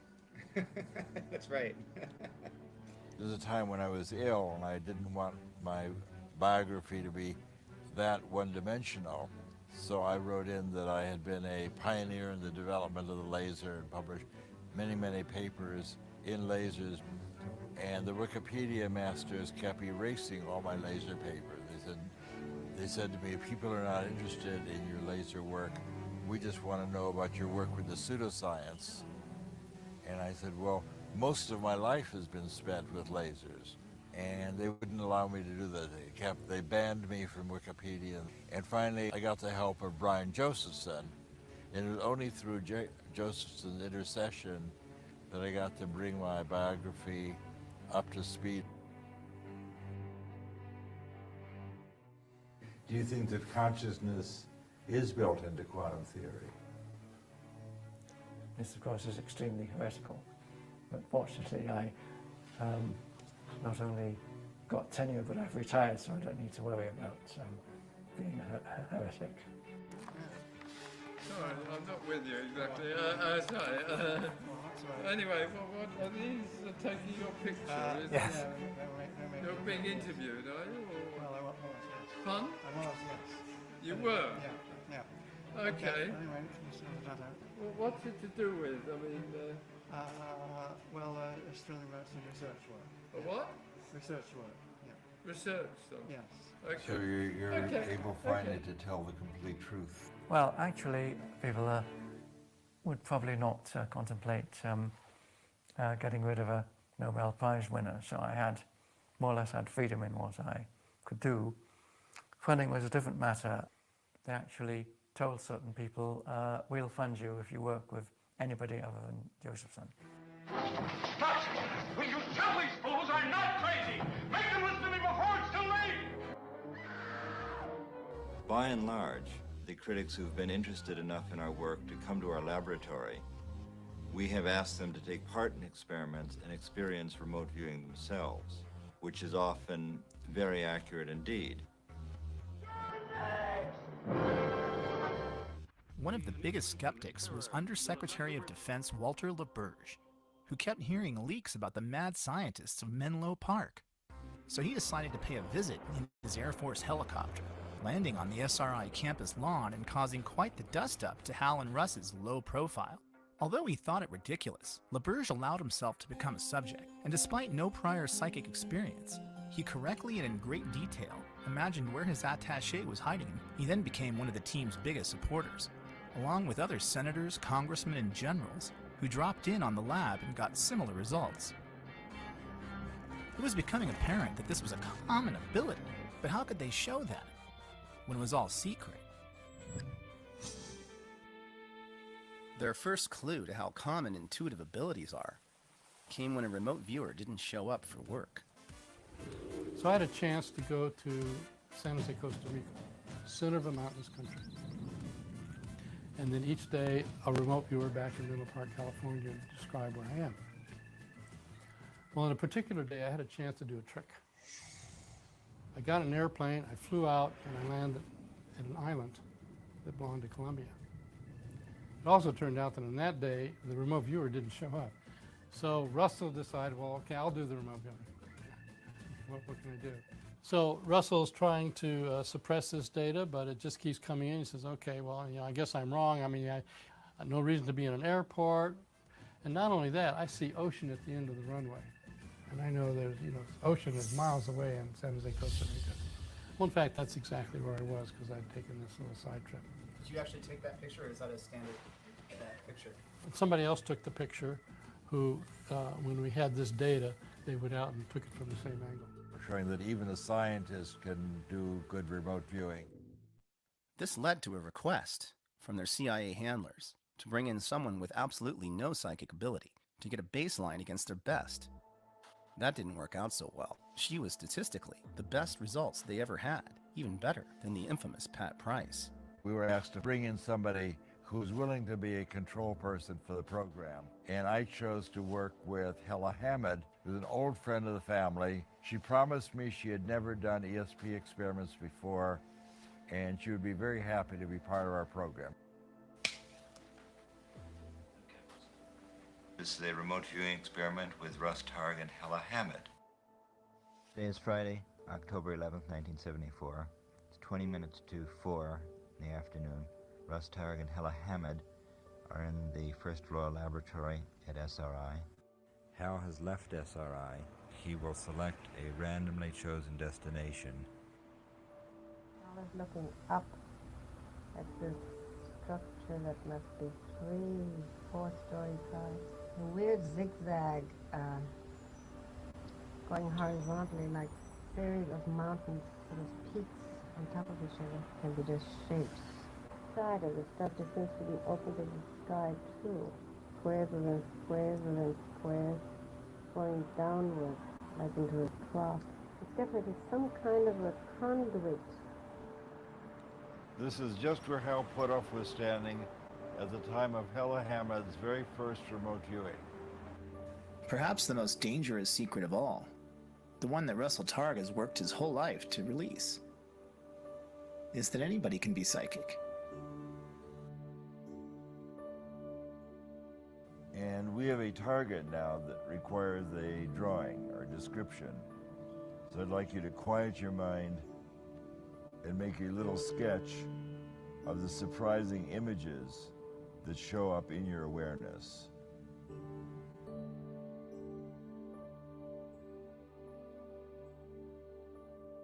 You want to get on paper the shape and the form pertaining to Paul's location. You have Paul and Cynthia in a bright green dress, located at some interesting place.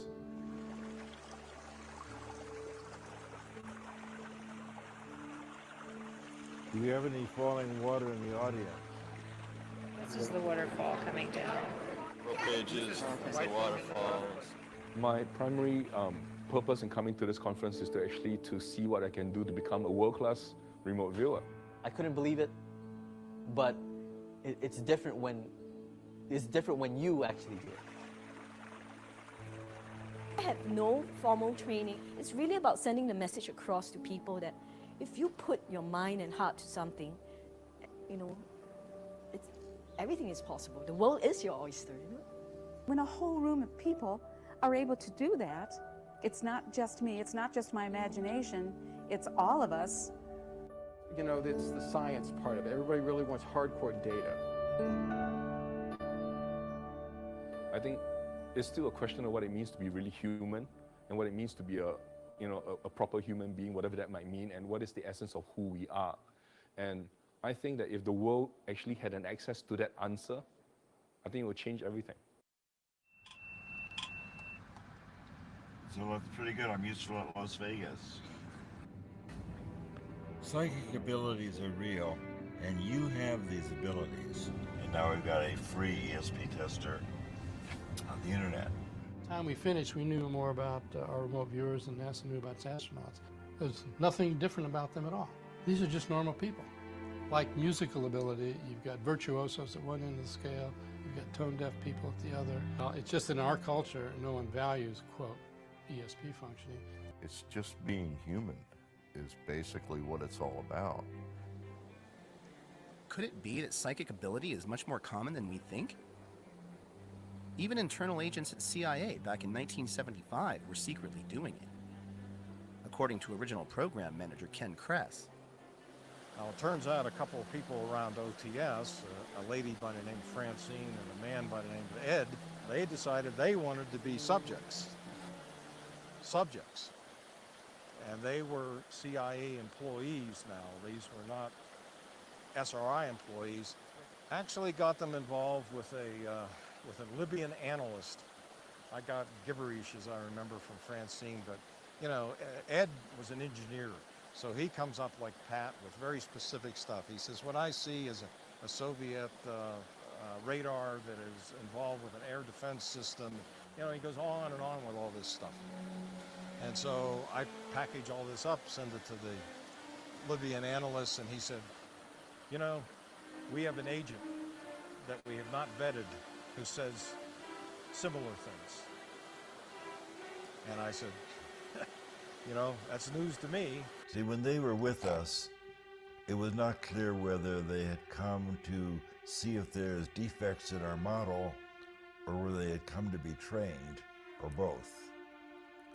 Yeah, well, there may have been a slight subterfuge, shall we say, in that I might have sent them out there as evaluators, and they may have been motivated as participants. By 1981, the program had become more and more operational. The government was less and less interested in research. I wanted to be free of all this secrecy. Which, from a scientific standpoint, was not so good. But on the other hand, of course, from the funding standpoint, can't complain. And I brought that to our contracting officer, and he said, Russ, you know we're not doing research anymore. And I said, well, we look at this, we think about what we're doing. He said, I'm not paid to think, I'm paid to find out what DIA wants you to do and then see that you do it. I was heartbroken. Hal and Ingo were more secretive than ever, and now Ingo was in charge of the Army psychics and had made the program so complicated that only he could teach it. And I got a note from my partner, Hal, questioning whether I was really making a contribution to the program. What the most interesting data at SRI pointed to was exactly why Russell wanted to leave. It was a secret so big, he felt that if the general public could truly get it, it might bring enemies together, and it might even change the world. Russell was kind of the idea man, was always kind of pushing the bad scientist type of thing, where he actually looked the part to some degree.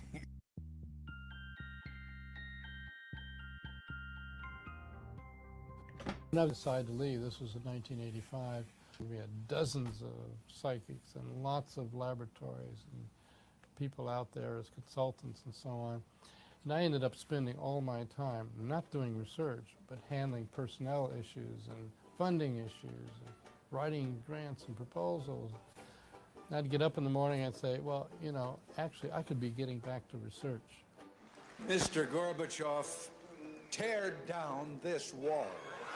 I say no more secrets.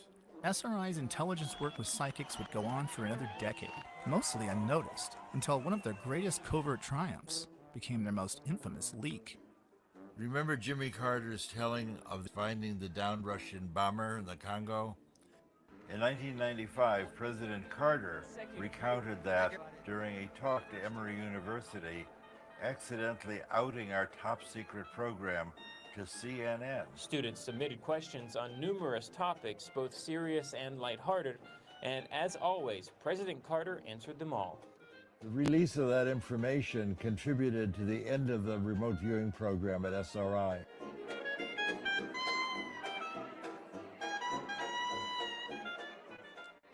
After Russell and Hal left the program, it continued under Ed May, but eventually it confronted the giggle factor. So I would ask the intelligence community to watch what we do for the next few years. And The CIA had publicly derided the Army-run program, and in the end, they were asked to take it on again. It's a pretty low priority for the intelligence community, and it's better done on the outside. Instead, they commissioned a third-party report to, quote, see if it had been valuable to operational intelligence. And that's our report for tonight.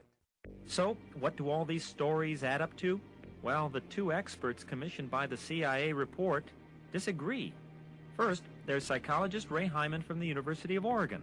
My considered judgment, if someone pushed me hard right now, I have to say the odds are 99 to 1 that there's nothing to remote viewing. I think remote viewing has been demonstrated over the 20 years of work that's been sponsored by the government. Ed May was very upset at the way the AIR report was done. He was very upset that they did not look at the operational remote viewing and that they did not allow us to talk to the operational remote viewers. I think he was quite disappointed that they narrowed the focus so much so that really it might have been a predetermined conclusion that they wanted to kill the program. I think that anybody who says we haven't proven it yet hasn't really looked at the data. I think, frankly, people don't want to look at the data. They have their worldviews. They don't want those worldviews rocked. I think anybody who looks at it with a real open mind would be convinced. I became 100% certain that it was real acquisition of information. I became 100% certain that it had potentially real intelligence significance. And I became 100% certain that it never would. Why? What I thought were the issues that would make this a useful tool were both ignored, denied, and in addition later dropped, which is screening of subjects to find the superstars. You're tested carefully to find your special talents. Your own satisfaction. Using the tools that I thought we had identified, which were politically not correct then to use, and which are politically impossible to use today. There you go. Well, you're here. Really arrived. You can loosen up a bit now. You would have a latent ability that maybe a lot of humans have, that you'd be able to tease out of some people with some sort of training program or something, and you'd end up with what ended up.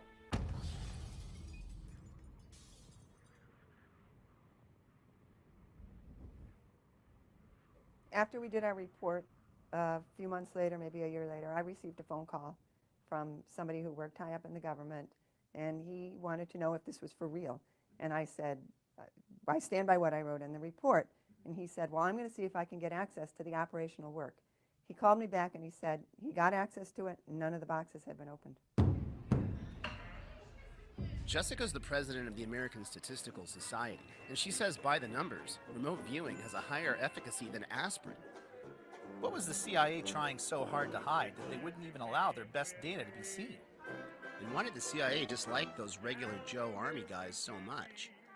We had the total support of 5 administrations in a row. 5 straight administrations supported us, Russell. Privately.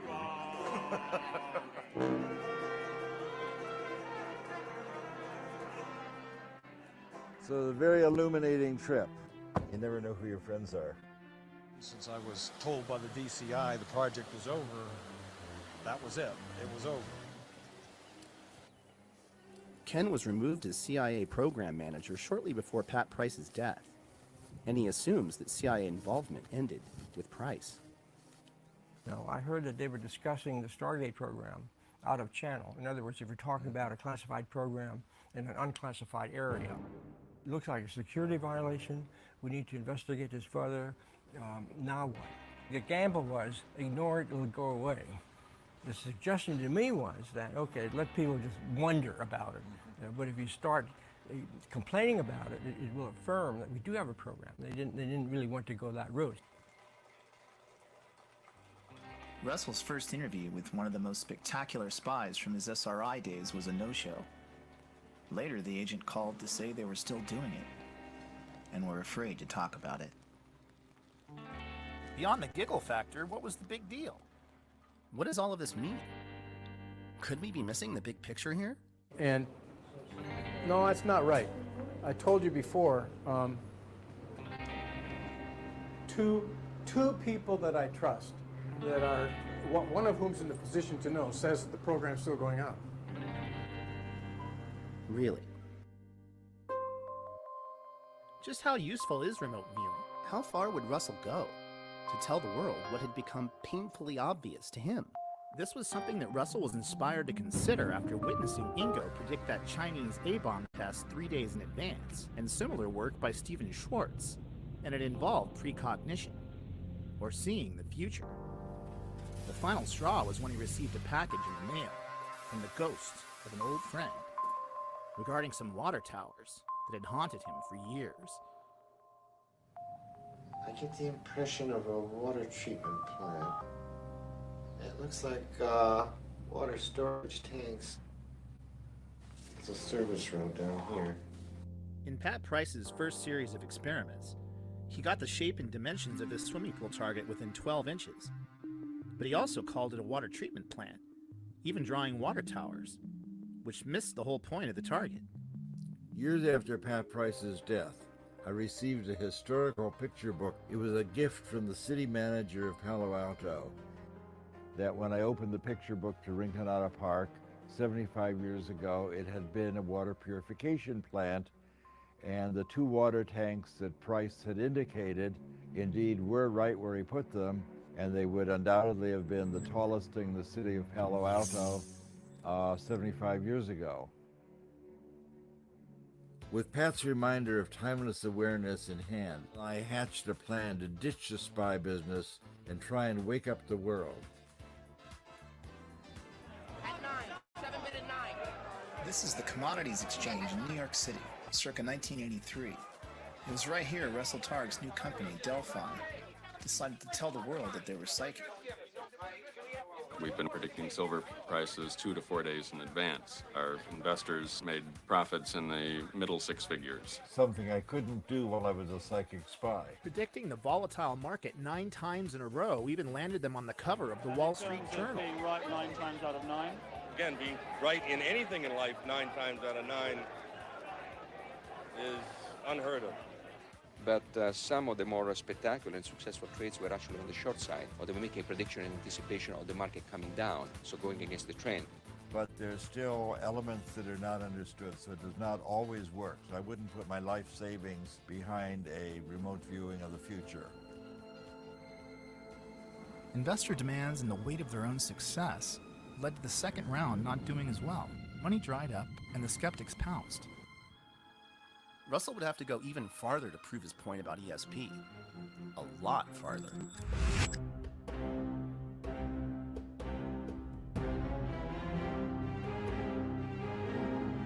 When they first invited me to come, and their letter to me said, please come to the Soviet Union so we can exchange propaganda. I didn't have a big concern about that. I trusted Russell. He went through the process of asking permission. I assumed that. I'm actually quite confident of that, because had he not done so, he would be in jail. No, I did not ask any permission to go to Russia. I just went. Of course, they can't reveal secret information, and I declared my independence and left. They said, is there anything you'd like to see as long as we're here? And I said, oh yes, I would like to have a peek at Brezhnev's office. I would just like to see where he sits. We were once targeted to describe Premier Brezhnev's office in the Kremlin with Hella Hammett. Who was the control person initially. That's right. And indeed, it's just as she described it, this odd red leather door held in place by upholstery tack, the huge desk on the right, window on the left, and a door in the wall behind the desk. And we did not go downstairs into the computer room. When we were talking to the Soviet Academy of Sciences, for example, a physicist got up and said, it seems that if a experienced viewer can focus his or her attention anywhere on the planet, then it's not possible to hide anything anymore. Isn't that true? And the Russians in the audience were quite shocked with that. I could hear the teacups rattling.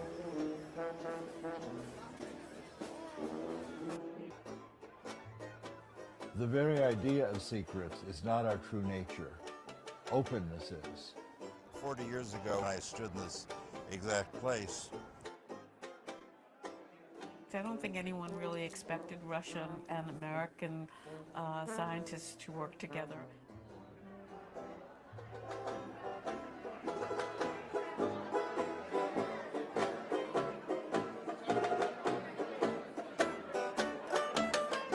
In 1987, and I started teaching remote viewing in Russia, and no one in Russia knew about this on that moment. Yuri is one of the Russian psychologists that Russell met during his travels.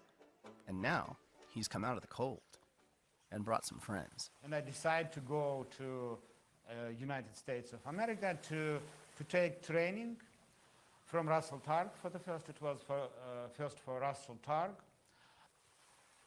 Little did I know when I left SRI that the Russians would become capitalists. Nowadays, Russians are invading. Having watched the end of the Soviet Union as a cadet at West Point and then fast forwarding to today, I'm a little bit lost. Now, Russian people are very enthusiastic about remote viewing. Да, в России я преподаю дистанционное видение, и у меня компания, мы делаем прогнозы и предсказания на спортивные события. На сегодняшний день точность предсказаний в районе 75-80%. В России за эту точность очень хорошо платят.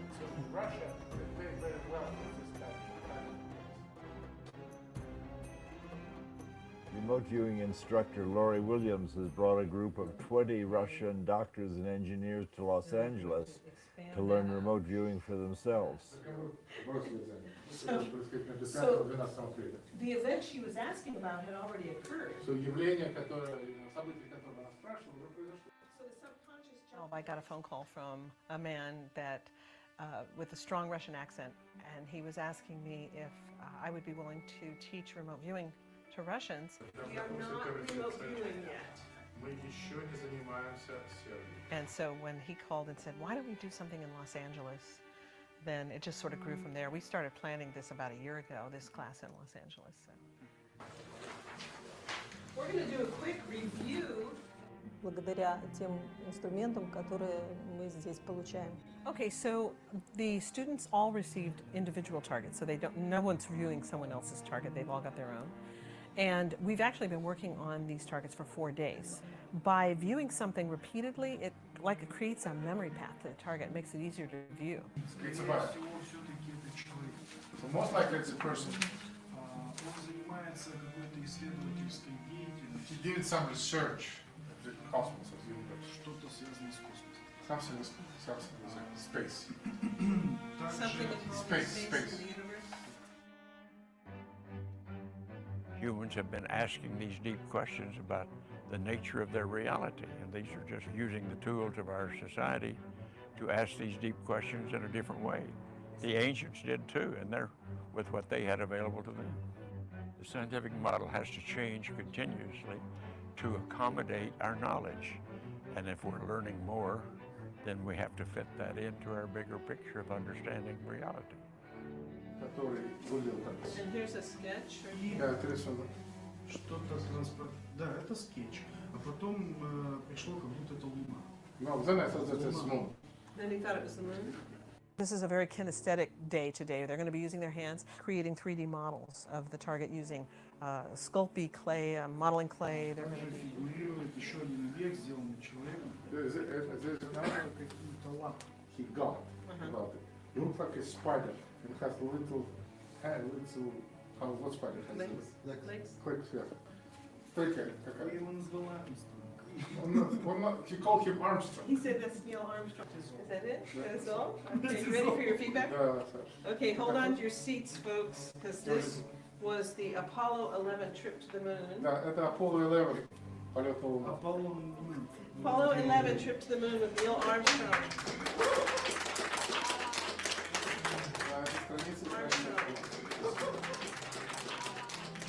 Now that's truly what we refer to as a holy shit moment.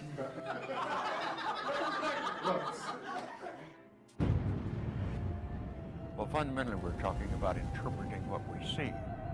And I think all of us, for centuries, and certainly all the astronauts that have been off the planet and look back at Earth, we kind of call it the big picture effect of seeing things in a new perspective, seeing Earth in the perspective of being in the heavens, and that we're just a small part of this huge universe that we're in.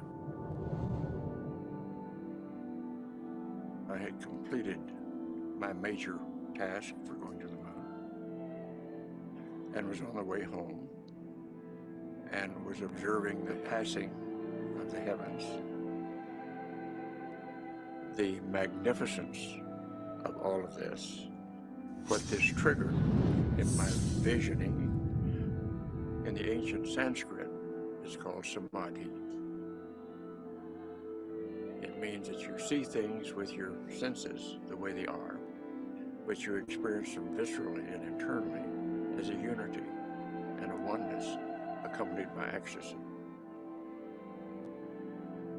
We are stardust, and we're all one in that sense.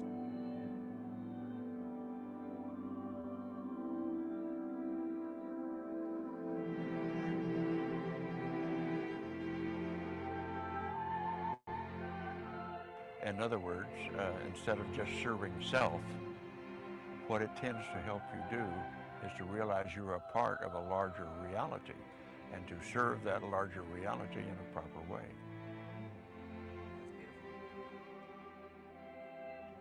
So I'm not so sure it was all about collecting intelligence and how well we did. The evolution of consciousness itself is expanding. Consciousness itself can evolve, and I believe that's probably towards what I call empathy. The main idea from all of our research is that there is no separation, especially no separation in consciousness. More than machinery, we need our humanity. If the world were to accept this research, we would have to recognize that we are not isolated within our brains. We would have to recognize that we live in the earth, not on the earth. We live embedded in the biosphere of earth, and that all consciousness is interconnected and interrelated. And that's why we can transmit the power of love, the power of healing. Maybe it's very subliminal, but it definitely exists.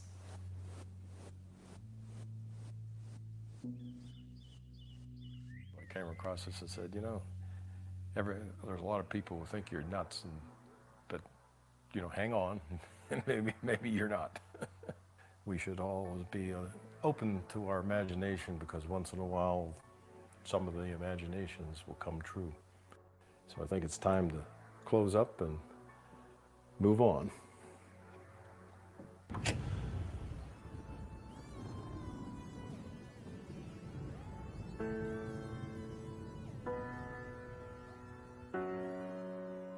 So Hella returned to Los Angeles to resume her life as a professional photographer. She died of cancer in 1992. But not before she uncovered the lost temple of Alexandria, Egypt, with Stephen Schwartz and the Egyptian government. They placed the first stake within 12 inches of where it had been buried for thousands of years, and put the skeptics to rest, at least for that day. She was given no information beyond the general hilltop location. Things are going to change because science is changing. Ingo took the closure of the Army program hard and went into seclusion. We reconnected in later years and had a chance to talk about old times. I'm going to talk about the future because I think that we're far too much trapped in the past.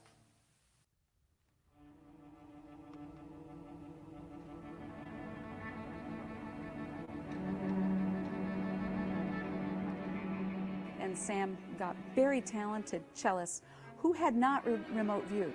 They went into an expanded state and got impressions. They then took it up to the composers. Atmospheric, like... Two not opposing but interrelated forces. Triplet up and down. What was the feedback? Well, they didn't know what was in the envelope. It's very, very close. It's very descriptive of bugs. So playing it, listening to it kind of makes you itch. Kit Green says he still consults for the CIA. You know, Green, think. And I have. I've thought about it for many years. I'll give you the answer. The most precious secrets are hidden in plain sight. That's a stupid expression, but you know what? It happens sometimes to be true. He told me he collaborates regularly with Hal, but on what? Neither one of them will say. Oh, yeah. I've got it going through me, if you can see. Hal Putoff resigned from the SRI remote viewing program at the height of its success, but he did go back to remote viewing at least one more time. Hal repeated my silver forecasting experiment for his child's high school. He raised $25,000 from the stock market for a class field trip to Washington. Then he went back to seeking to extract energy from the vacuum in his Austin laboratory. Well, we've got our hands in every pie. It turns out that Kit and Hal really were collaborating. Kit brought Hal into a top-secret Pentagon UFO assessment program, revealed in December 2017 by the New York Times. Oh, and Hal says they've recovered UFO debris, but that's another story. Pat Price's grave in North Hollywood remains unmarked, and his death remains a mystery. And as for Russell Targ, he continues to tell his story, showing people just like you and me all around the world that we're all psychic. At the end of the film, they say, no animals were harmed in the making of this film. So I'd like to ask you, is it fair to say that no physics were harmed in the making of this film? Physics isn't, but physicists might be.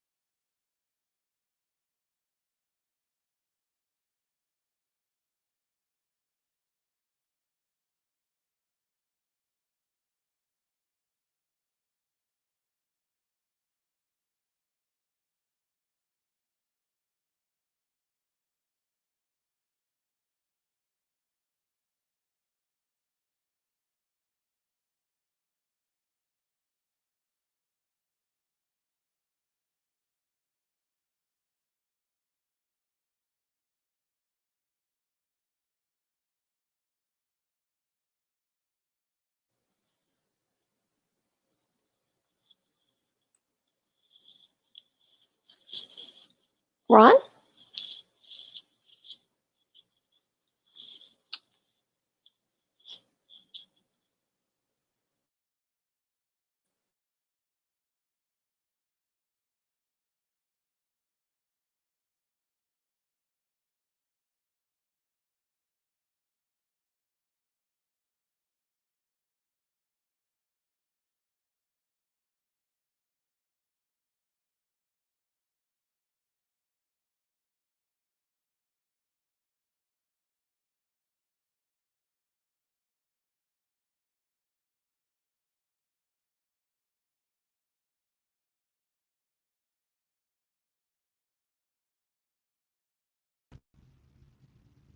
Okay, there it is.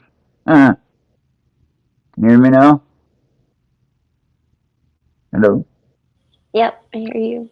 Oh, good. Okay, so everybody's still here. Hey, guys. Hey, everybody. I hope you enjoyed that movie. Thanks for that movie, Esther. And it even said free movie at the end. That's awesome. Yeah, I think as long as you show the credits, it's okay. Yeah. For that movie, you know it says it is. Okay, I have to cut that mic out. That's irritating. As Now, mine tell me if too you loud. tell me if you still hear me. Nope, you're on mute.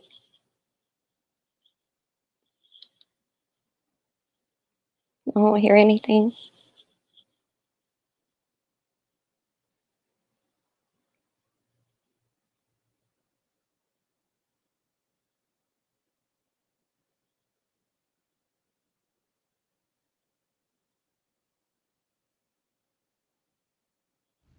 Okay, now you can hear me. Okay. Yeah. I have a feedback because the laptop mic is working and I have no clue on how to. No, Bobby, I did not. I'm still here. Bobby thought I closed StreamYard. I didn't close StreamYard. It I shut down thought the you did. video. I thought you left the show. Oh, maybe that's what it said. I didn't mean to. It was still playing to the end though. I seen it. So Thank everybody for coming. well, I wanted to do a little so-called parlor trick of our own. Okay. They call it a parlor trick sometimes, right? So I got my cards here. So I'll do your reading for you. Okay. See what you got. What was interesting was we each did a card for Amanda yesterday, right? And the interesting thing that we got were similar cards, but now of course you have your own deck. I got my own deck.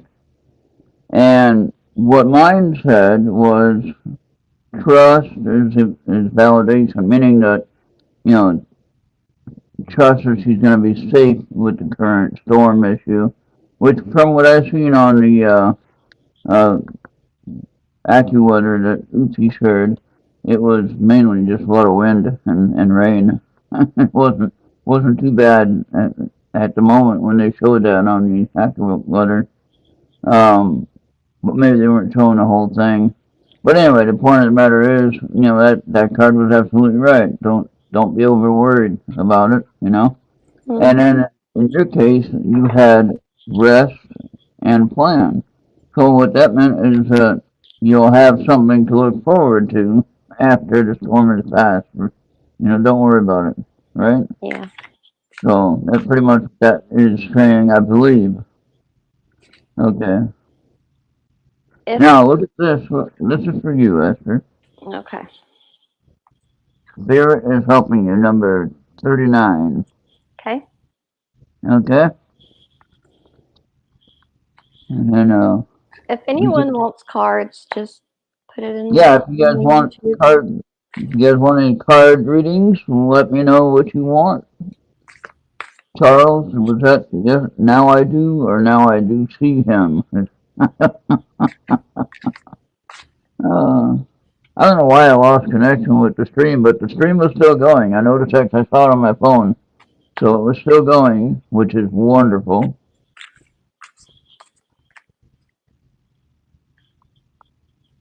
Okay. Got All that. right.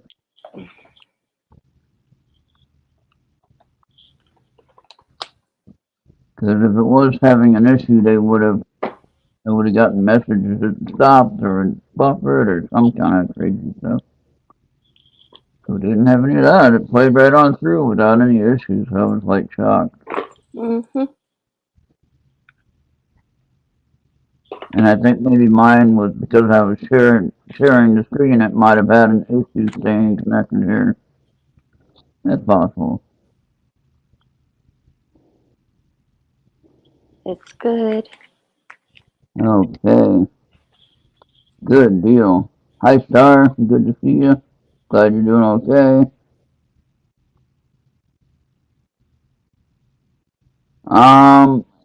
Humans are better, Upi, because of the fact that we're connected with the human side.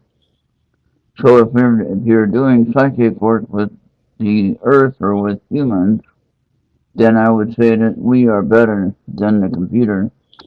Not knowing if we would be more accurate now, I'm not saying that. Because the computer uses data and numbers and everything like that to figure things out, where we are going with our sense. And we can evaluate from our sense what's going to happen. So, in both ways, one is better than the other depending on what you're looking for on that answer. So, if you're looking to know the exact numbers, I would say go with the computer if the right programmer is running the system, and or engineer, whatever, computer scientist guy, whoever that would be running that program. Then I would say the computer would be the better choice. But remember, a human had to program that computer, so that could be wrong also, you know?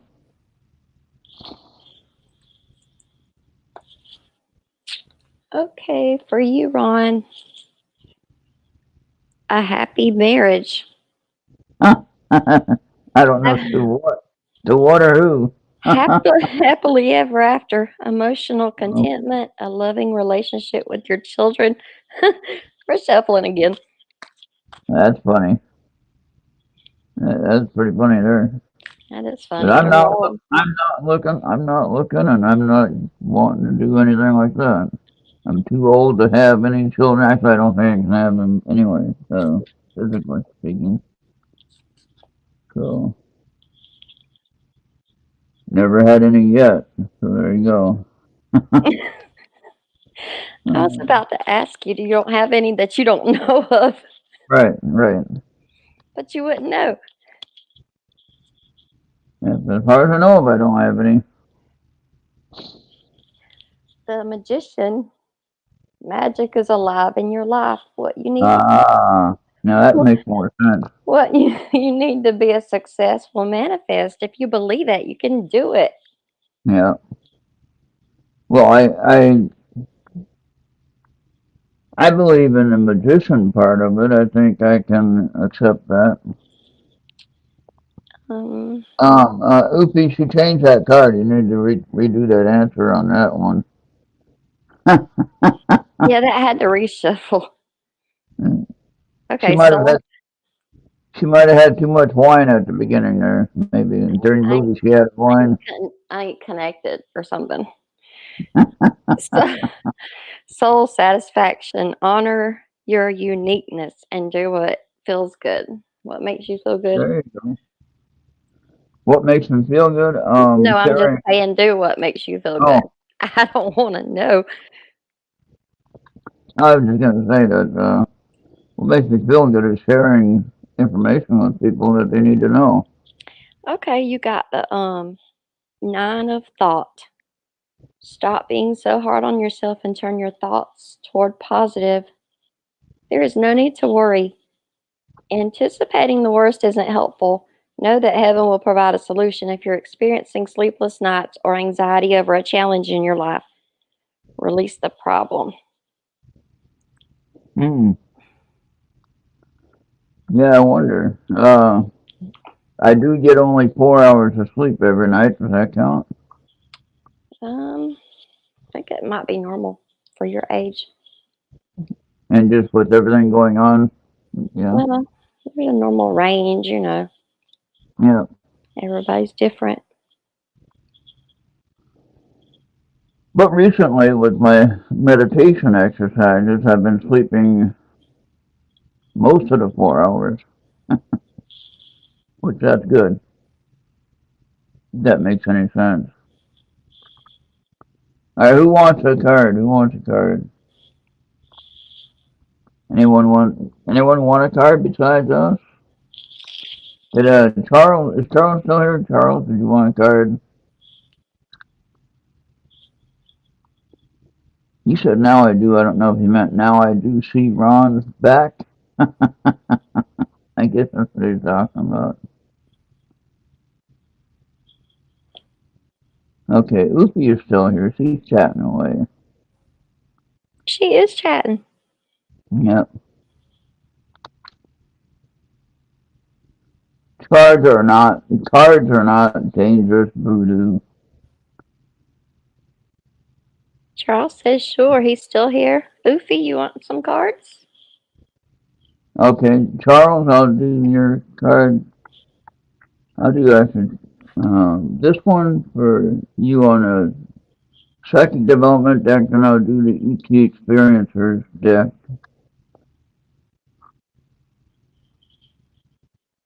Do your research, Charles. I know you do. So don't change anything. Keep doing your research on whatever it is you're researching. Okay, all right, and I'll do one from the ET experiencers deck. And what's interesting about this is that Esther and I were looking up different races. Actually, we were talking about them, and I had mentioned a few, and then she showed me a book with all the different ones that we were talking about. Now, I had no idea that they were inside that book, right? And so I was mentioning different races in the book that I never knew about, you know. And then, of course, we talked about, some of us had talked about things before about the different races, but, you know, I didn't really anticipate on giving descriptions or actually knowing what I was talking about. But anyway, what's interesting is when she showed me the different races, it turned out that I had them pretty well close to what she was talking about. And so anyway, here's Charles card for ET Experiencer. ET Spirit Guide. Get ready, Charles. You're gonna, if you haven't already, you're gonna have a visit. Oh, Lord. All right. All right. I mean, it'll be a positive visit. Don't worry. Okay, Oofy, wise counselor. Unity with a spiritually minded community. Ask the divine for help and trust the answers will come. Compare traditional methods with new ideas to see which is best for you. Oh, that's for Oofy? Oofy? Mm-hmm. Okay. And then, were you gonna get Charles on your side? Yeah, you gonna do Bobby? Are we Yeah, both? I'll take care of Bobby. You go ahead and get Charles real quick. Well, let me finish Oofy. Oh yeah, okay, all right. Enter the magic.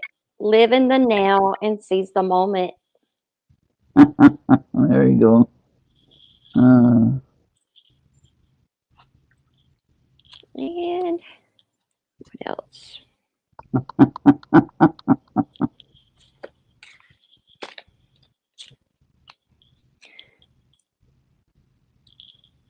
Charles.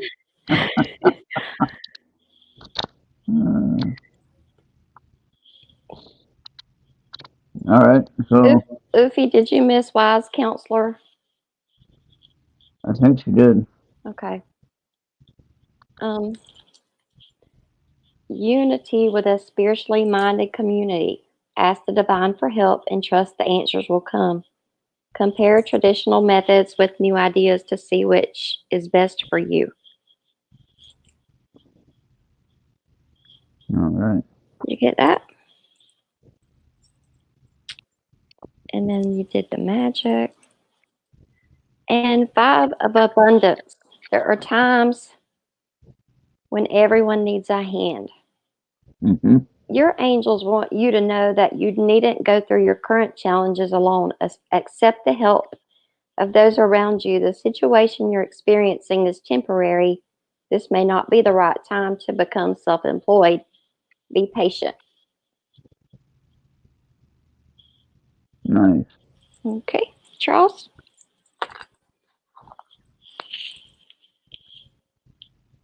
You're welcome.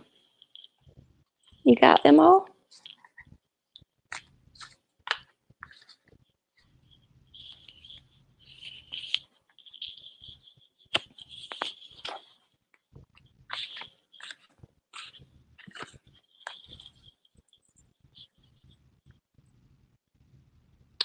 Charles, falling in love or the resurgence of a romantic relationship, forgiveness and the ending of challenges, exchanging gifts, don't give up on people you love.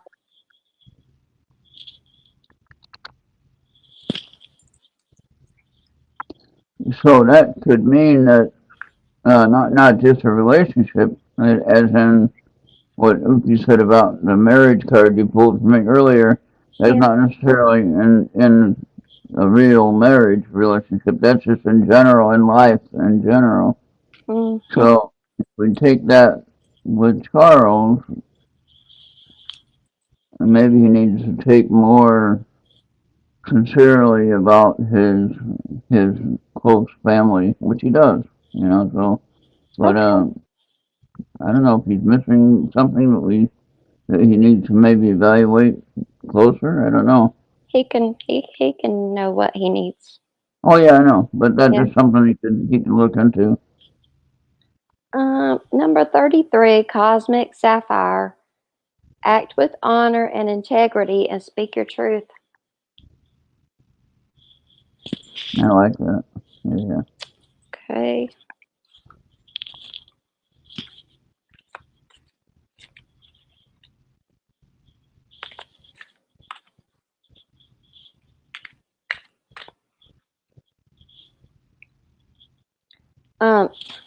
And Charles, 10 of thought. A situation that's been troubling you has come to an end, and you can breathe a sigh of relief. With the challenging times behind you, you can now move on. It's important to fully let go at this juncture. Someone in your life may now finally be free of his or her addictions or codependency issues.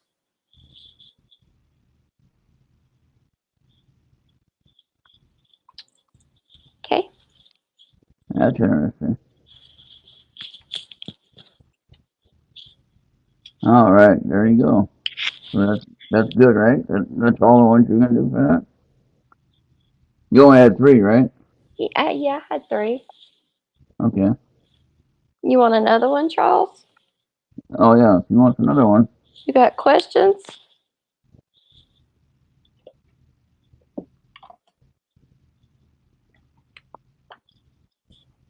Or of course, if anyone has any questions for us, you can email either Esther or myself. Of course, you can email me at errtradio@gmail.com or whatever your email is for Estherology. What is it? You're welcome, Charles. What is your email for Estherology? Estherology what? It's We should share that more often that people can give show ideas. I think it's let me make sure. Nobody ever sends anything. No, not yet, because we haven't been talking about it. Let's start talking about it then and send ideas. It's on the page. And also, you guys, if you want to send show ideas, please reach out to us on the Facebook, either the Facebook group pages or the Messenger, and request a topic or anything. I'm gonna put it in the chat. All right. I have a card for Bobby now. We're going to do 2 cards that I have for the Oracle cards. We'll do 2 for him. And here's the first one. Bobby, you need to ask for a sign. Card number 3, ask for a sign. That means for you to get clear and concise guidance from your guide, from your spirit guide, from your angel guide, however you want to say it. We all have guardian angels. We all have guides that we can reach out to. And it doesn't mean that you're dodging Jesus Christ, or you're going around a different way from the church, you're not doing anything wrong. There are opportunities that you can contact your help, and they are there for you to help. Or they're there for you to contact for help, rather, is what I'm trying to say. So, whether or not you would witness their helping you, get this, when you ask for help, they're moving. Okay? Now, the thing is that they are restrained by the fact they cannot interfere with our lives unless we ask for help. That make sense? So if we ask for help, then we'll get the help that we need. And Bobby, here again, working right along with that. Dream time. Imagine. Your imagination is great. So dream time. Dream about what you can be, what you can do, and go for it. It doesn't matter what kind of restraints you have with money or finances or anything like that. Just go with what your heart says. All right. So there you go. So ask for a sign, which would be reach out and get your spirit guide or angels, your guardian angels, and get that help and guidance that you need. And if it's something you're dealing with internally that you need settled, or you need to take care of your anxiety issues or whatever you might have, I'm not saying you have them, but if you do, then reach out and ask for help and healing with that. Get into meditation, as I always mention. Get into crystal therapy, which I'm starting to, and really get serious about it. And when you start doing this kind of exercise, you'll get connection with the spirit guides and angels that are right next to you, waiting to help you. But again, they cannot help you unless you ask for help. You can go to sleep tonight. When you go to sleep tonight, if you kneel down beside your bed and you go to sleep and you climb up in your bed and go to sleep, or if you pray when you're laying down on your bed and you go to sleep and you're praying, that's however you do it. I don't think that there's any formalities in how you have to pray or how you have to ask for help. If you just know in your heart that you're asking for help, you ask for help and reach out and say, hey, you guys can help me in this, or woman or whoever it is, please, just ask for your spirit guides and angels to help. Light a candle, Bobby. Oh, there you go. It will help you. There you go. I have to get some, actually. I'll get some with my crystals. So, go ahead and read a couple for him, or 3. Okay. On your side. I hope he's watching, so I haven't seen him chat anything. I guess he's still here. I think he asked for one. Well, we got it on record what we did here, so, I mean. Okay. I meant to send Amanda a message about that rainbow song. Oh, that's right, yeah. Okay, Bobby. The end of challenging times. Things are looking up. A welcome relief. Finding your way to a peaceful place. The end of depression or an illness. Travel or relocation.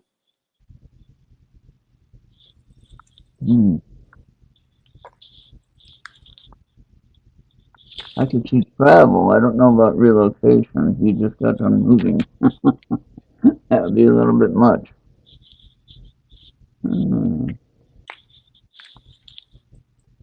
But I think just knowing he can ask, he doesn't have to go through the church to get help.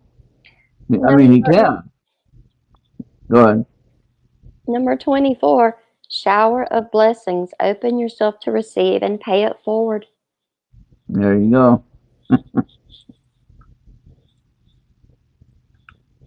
We're told to do things a certain way, and then we read things about people, and they do things a little bit differently, I mean, like, who was it? John was on the island of Patmos, right? In the New Testament. And he ascended into the third heaven. Now, how did he do that? Because he was shown a vision. It was a vision of it. He saw a vision of the end of the world. Yeah, but the point of the matter is that he wasn't really praying to God at that time. He wasn't praying to Jesus at that time. He was praying to his guides. He was meditating and praying to his angels. Okay? Okay, Bobby. 7 of abundance. Have patience. Sometimes dreams grow slowly. Don't worry. The hard work you've invested will bring about a bountiful harvest. This is a good time to prepare because things will soon move forward quickly. Use this time to rest and plan. Yeah, there you go. Last night. I like that. Okay. Anybody else? I think Star, would you like a card or some cards? I got 2. I sure can give you 3, so you get 5 tonight because we're just that generous. Star, would you like cards? I think she would. Yeah. Star, I'll give you my 2. All right, here we go. So I think Star does this already, but just a reminder: use your imagination. Number 51. Use your imagination. Thanks, Bobby. All right, Star. This is for Star. Use your imagination. Let's get one more from the. This is a deck that she gave me. Actually, I had to replace her because I thought I lost the card. So I got a brand new deck of the same one. And they're both oracle decks from a woman named Tana Newberry. Look her up. Tana Newberry. She had a lot of cool stuff. Different oracle decks. Check her out on Amazon and all over the place. I know Star is already doing this. I had this one for her before, Heal the Planet. Okay. Which she does that with what she teaches. All right, that makes sense, right? Mm-hmm. So, there you go. There you go. So now you got 2 great cards from me. And now Esther can.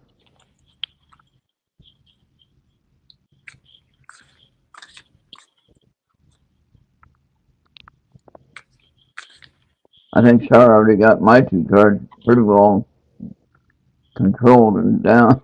uh,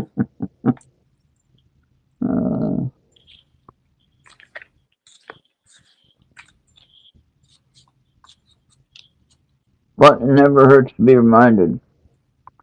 Never Okay, hurts. Star. The end of a situation that brings relief, sadness, or both. The opportunity for new happiness, a weight off your shoulders, the end of an addiction, a melodramatic reaction. Interesting. I don't know if that resonates, but Well, I think it might. I can redraw if I need to. Well, what do you think, Sarah? Does that fit with something you've been dealing with? You don't have to really go into detail.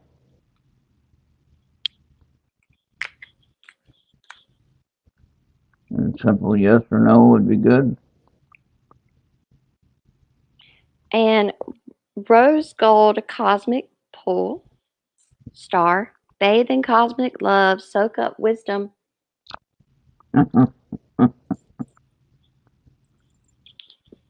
And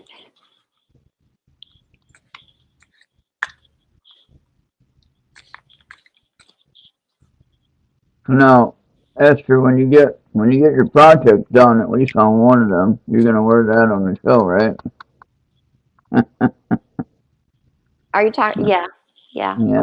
When I get one finished, I will. Yeah. And then we can share and let them know how they can get one. And it's right behind my picture There you go.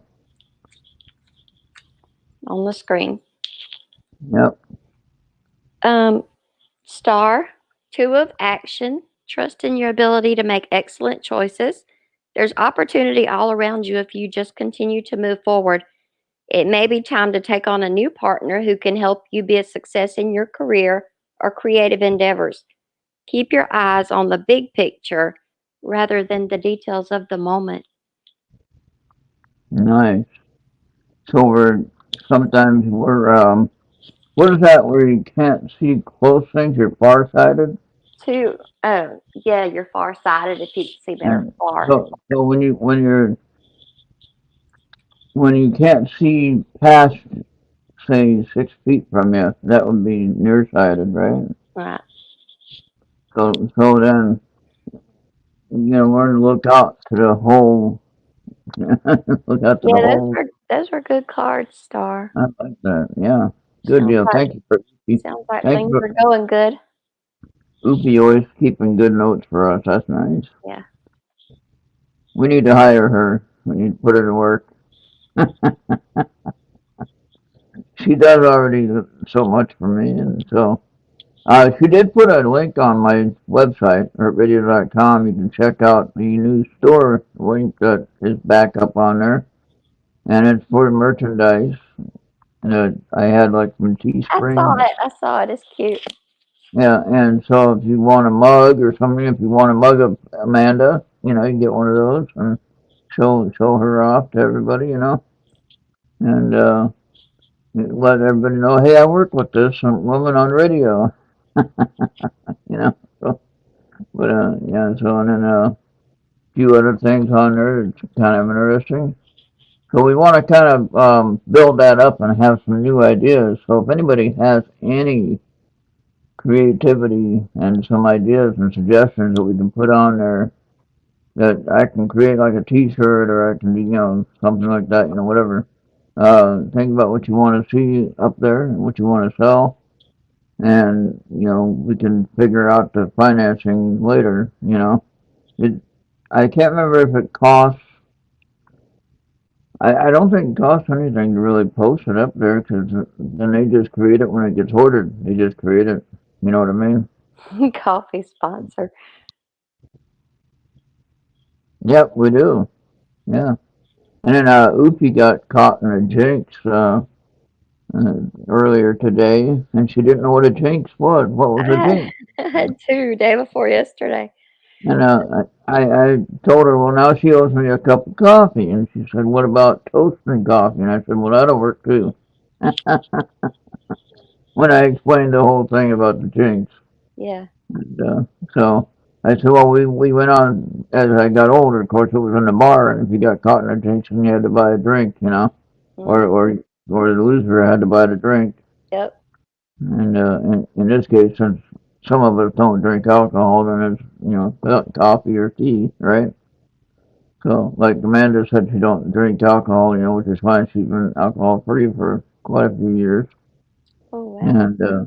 And so she don't touch it. She can be around it. That's fine. She don't mind if somebody is drinking. She can hold a glass and not have any worry of drinking it, which she did before. So I witnessed that when somebody said, hold my drink, and she did. And she's sitting there holding it. It's like, that doesn't look right. No, she wasn't drinking it though. She was holding it for the person. So That was that's a pretty pretty funny. good movie. Did you think so? Yeah, it did. Yeah, I didn't know it was that long. That was the only thing. But my headphones worked. They didn't die, which I don't know how long it charged these things. These are like 3 hours or something. So, but my earbuds, I had them fully charged for it, so made sure. And yeah, I thought it was really good. We need to find more of those so we don't get cut out. When they try to close us down. Yeah, And I found Bobby, yeah, go ahead. I found a bunch that night, and I took screenshots that said they were royalty free. That's good. Yeah, we need a whole bunch of that kind of stuff. I use it from an educational and possibly a scientific perspective. Yeah. Any of the fact checkers can argue or check it or whatever, but if it's a thing that they teach, openly teach, and it's something that the research community and science community is talking about it, then it shouldn't be blocked. It was And educational. yeah, exactly. And I put that in the description. I said this is for educational purposes, you know, and so it shouldn't be any copyright issues or anything like that. And so and it said free movie right at the end, so I like that. Star. So Star's yeah, talking to you. yeah. She says, I missed something good the other day, Ron. What did you miss, Star?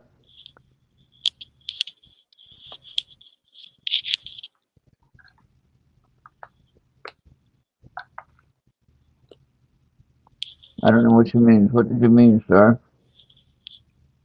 We didn't have a show on Friday. We had the game show that Amanda had yesterday. So that's why we did that. Then on Thursday we had one of Bobby's shows, but I think that was another copyright issue. Maybe, I don't know. So we need to find some good stuff for Bobby that's not copyright, or he needs to look a little harder and find it. And There's some royalty free ambient game music. yeah, and then if we can just play that without getting the copyright stuff on the audio part of it. And I think that's kind of crappy that they would do that, though, personally. And you know what I don't get is, what am I doing? I'm not making a dime off of it. You know what I mean? I don't know. And if anything, I'm helping them get more views on their own music. I'm advertising for them without asking for any pay. Now, if I was asking for pay, then that would be another thing. But I'm not asking for pay.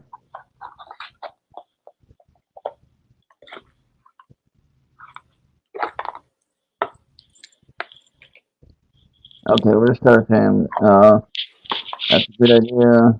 Yeah, coffee sounds good. Well then, meanwhile, or things while working on projects. Oh, okay. Okay. We'll keep working on projects and come up with a good one. And I'm going to work on, I think Julie was trying to help us out with learning some of the remote viewing. She's off tonight, by the way. She took tonight off. Is she? Yeah. So she's working on, Yeah, I saw where she's going to be she's doing working some other on, things. yeah, on some other projects that she's working on. So, I figured, well, since she's not on Saturday, then we'll do our thing here and kind of have our show tonight, you know. And I was, when Amanda asked me about that last night, it was like, well, how am I going to do IT? And then Bobby suggested, well, we could just do IT on Saturday night. That's true, we can. And normally that won't happen where we have to change the schedule, but when there's a storm coming to your area and you don't have a good signal because of the storm, you know, obviously that's a concern. Especially if you wanted to, you know, do a show and have some fun and everything like that. So we figured we'd get it done before the storm hit, which everybody was fine. We all got through it. It didn't have any trouble with, even with my slow internet, I didn't have any trouble keeping it going. But they fixed the speed today. They got it up to almost 15 up and 15 down. It was like high 14, 14.80 or something like that for the speed. And it was supposed to be 15. That's what I'm paying for. 15 up and 15 down. And, what about next Friday, Star? You want to be on the show next Friday with us? How about that, Esther? Yeah, it doesn't matter to me. I'm glad to have her. Hey, Oopie. All right. We'll see you next time. Google was thinking I'm saying something to it. I said, hey, Oopie, and it sounded like, what? Good night, Goofy. I don't know why Google thought I was saying Oopie in Google. I don't know how that works. Doesn't even sound the same. So last night when I took my temperature reading on the Google chat, or on the Google search thing, it came up as my town was Amboy Township. Every once in a while it gets it wrong. And it's, of course, Jeffords, right? But the interesting thing is, when it says Amboy Township, and I'm thinking, well, no wonder why nobody can find me, because they're looking for Amboy. What they do, you know what I mean? So pretty good though. That's a good way to hide, right? Not even trying. Google will hide me for when I'm not even trying to hide. All right. I did get a new book.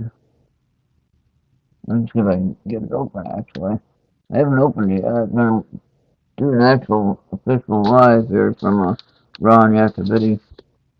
He's the one that wrote this book, which I still have to finish yet, which I'm still working on it. He wrote this book. Do not read this when you're trying to go to sleep at night. And it's teaching you how to use a direct radio voice box thing, you know. And then you try to go to sleep and you hear all those things in your head, you know, different things. All right, so let me see how this opens here. Big reveal. There we go. Half the time I don't know how these packages open. Alright. I picked this a while back and I got it. He was waiting for more to come in and it got here. Alright. This is a new one. This is a new book. Look at that. Technomancy. Yeah. Magical World of Electronic Spirit Communication. By who? Ron Yakovitty. Ron Yakovitty, and forward by Steve Holte. Steve Holte is a regular guy that's always in the chat, almost on everything. And then he autographed it and wrote a nice little saying, which I won't. I don't know. I could say it, but I don't know if that's personal or not. Should I say that, or should I just go and know that we got it? It's nice. I can share it. Yeah, what the heck? We can share it. We can see how nice he is. Look at how nice he is.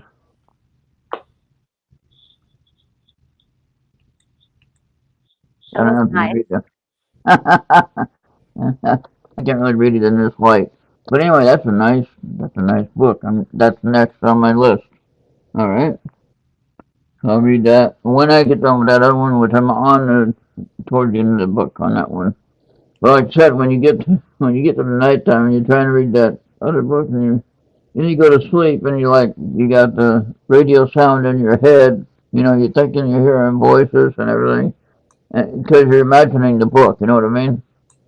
And so you don't want to read those books when you're trying to go to sleep. Read them in the daytime when you're wide awake. I have a book from Michael Sal I haven't read yet, and a Richard Dolan book. Yeah, good night, Charles. Night, Charles. Yeah, I got a few books that I need to read, but I should read those first. And I actually got to remember I have to write a review for that first one. Remember, you're going to help me do that, I think. Because I don't know what the heck to write for a review. I can help you. But I know what to say, but I don't know how to put it in writing, you know what I mean?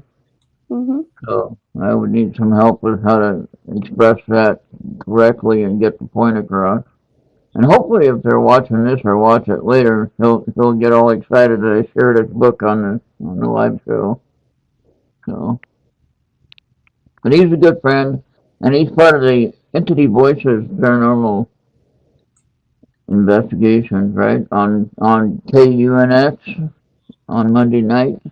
They go into investigating real ghost places that have real evidence and real activity that they capture on audio devices. They record the messages, and they have things happen on these different locations. If you got time Monday night, check that show out on KUNX. And that's on at 9 o'clock Eastern time, I believe it is. Or is it 8 o'clock Eastern?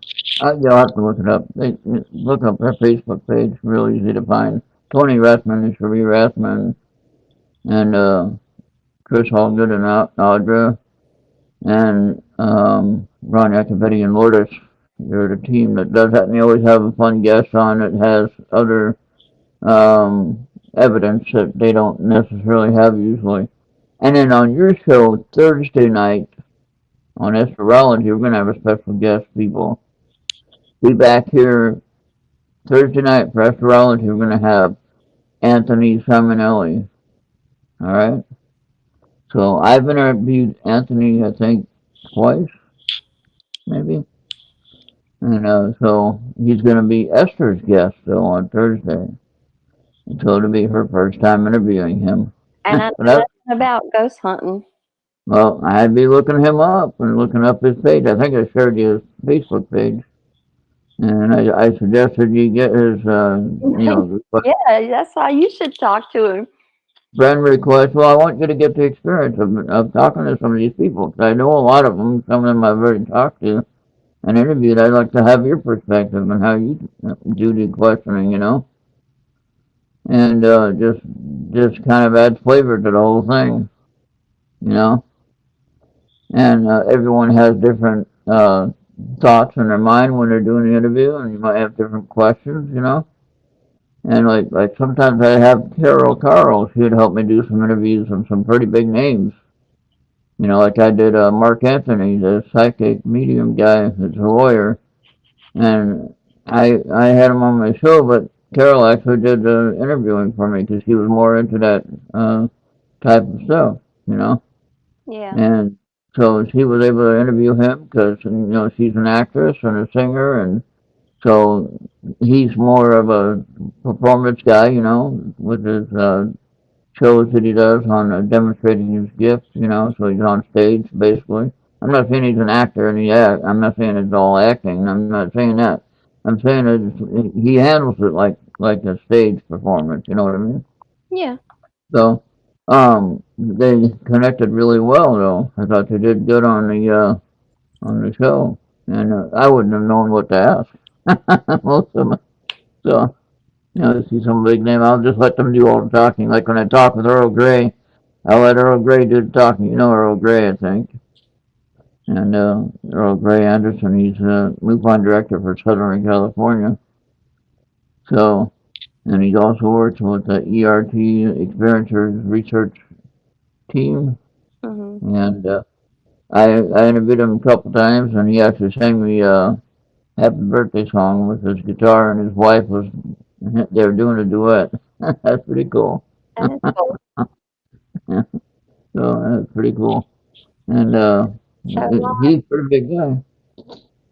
it's Yeah, yeah, he has a big award he got from MUFON at the last conference, and where was that at? Was that in Colorado? The last big conference from MUFON, or was it Arkansas? I can't remember now. Anyway, he was there. He was the big one in the Southwest. I can't remember where it's at. Colorado, I think. Anyway, he got a big award for what he's been working on, what he's achieved, or accomplished rather. So that's pretty darn cool. And I know some of these guys. Some of them I met in person. So that's pretty cool. And to see them going to these conferences and winning their awards and getting their message out there, it's amazing. Yep, thank you, Star. I think Colorado Springs has what company is it? Because I I think don't know. Colorado Springs had a lot of sightings. It's like a hot spot. Oh, okay. But there's a aerospace company there. Yeah, well, they have the Denver airport there, and then they have what was it, the bridge, or not the bridge, dam, right? Yeah, the big dam. Talking about the Hoover Dam? Yeah, That not out of Las Vegas? yeah, well, maybe, but I mean, it's in that area, Southwest. Yeah, it is. I get sometimes I get the locations mixed up. I know what I'm talking about, but I can't remember the exact area. I get the states mixed up. But anyway, I think we did pretty good tonight with that movie. That helped a lot. Colorado Springs is so pretty. Yeah.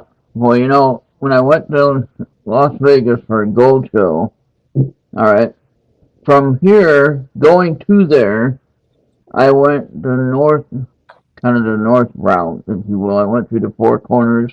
I was actually in all four states at once. You know how they all connect and it all four states come together. Mm-hmm. And at the historical site, way down, I went back and I had my hand and feet in each state, so I was in all four states at once. I had somebody take a picture of that, but I don't know where it's at now. But anyway, that's just something to try. And then on the way back, though, I went through the tunnel, the third tallest, or third highest elevation-wise, the third highest tunnel in the world. And it's at like 10,600 feet, or almost 11,000 feet. And anyway, as I was going up through there, I left Las Vegas in the valley. It was springtime, 75, 80 degrees, nice and not really too hot, Mm-hmm. Had cool air coming off the mountain, and it was nice, right? Well, I go up the mountain, get up to Aspen. That's a ski lot. I get kind of dizzy and queasy because I wasn't used to elevation, right? And it's snowing. At that elevation, it's snowing, and it's in the middle of April. And so I'm kind of dizzy, and here I got to drive through this tunnel by myself. I don't have anyone to drive for me, so I'm drunk.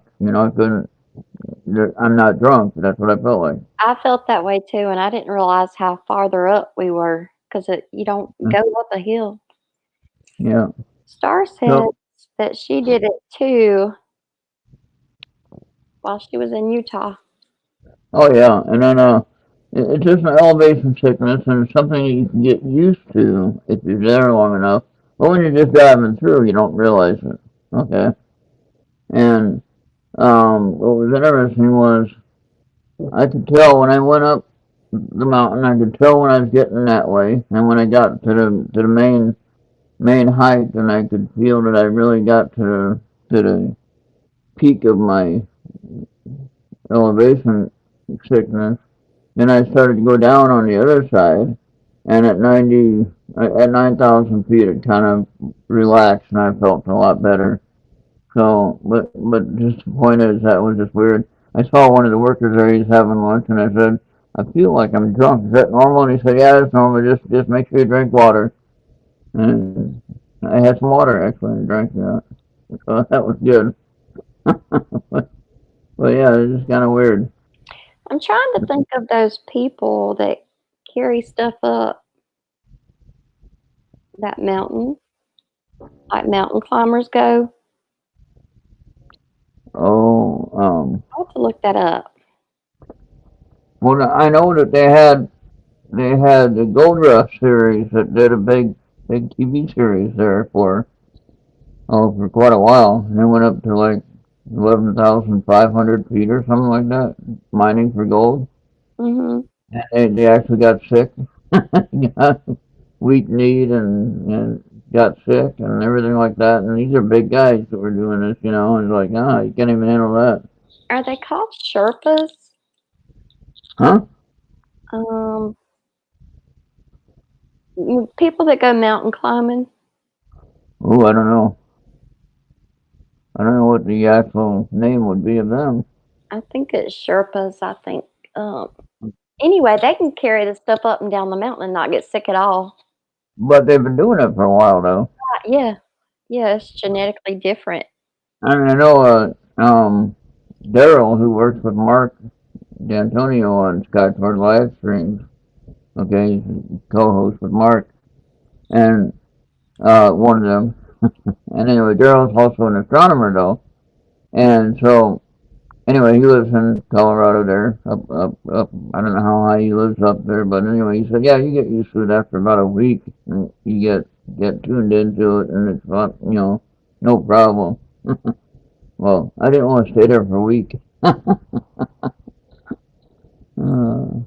And the funny thing was where it was snowing at Aspen, and that's a big ski lodge up there, where it was snowing, and like I said, we went from 80 degrees spring day to winter in a matter of 15 minutes, Wow. And I saw a sign that said, if these lights are flashing, you need to have chains before continuing. So I didn't have any chains. I did have an all-wheel drive car, but I didn't have chains. And so it was like, I would hate to stay here for 3 or 4 days waiting for it to melt, Yeah. And I was thinking that would really suck. I just kept going and glad that those lights weren't flashing. It was extreme. So how do you like it? Ufi noticed I shaved right away, and she said, you shaved. I thought you'd had a haircut. No, I just shaved. It is Sherpa. It's for people that they climb Mount Everest. Yeah. And there's these other people called Sherpas that says in the Himalayan mountains. Okay. They're members of the Himalayan people living on the borders of Nepal and Tibet. And they bring supplies. So they get these big backpacks and tents and everything for the mountain climbers. And they carry it, up there, and they come right back down. They don't get sick. I have no desire to do that. None whatsoever. I'll go stand in a river and mine for gold. I'll do that. I don't care what kind of thing might be in the river. It could be anything. I'll do that all day long. But I'm not going to be mountain climbing. But the only thing is, with the river, being in the middle of the river, sometimes you get flash floods and the river gets kind of deep. And if you're not paying attention, you get in trouble. Now, the last time I went to Gold Rush Days in 2016, I think it was, something like that, in Ohio. And we were at our claim at Swank, at West Swank River. Anyway, that's a GPAA claim. And I was there and I had my mini high banker in the river with the pump all hooked up to it and everything like that. And all of a sudden, I just left it there when I went to sleep. Should have taken it out of the river because it's a $650 piece of equipment. Just the high banker itself. Yeah. And so I left it there though, and lucky for me, it was still there in the morning because the river could have gotten a little bit wild and it would have been gone. So thankfully, it didn't do that. It stayed right there where I had it. Star has it with higher places. Yeah. Well, you do get used to it though after a while. Yeah. So, but all right, Esther, I think we kept you up long enough. It's what, 12:20 for you almost. Star's just waking up though. She's like at 7 o'clock or something like that. It's No, 20 till 3 where you are? no, it's 11:20, almost 11:20. Oh, it's 12:18 here.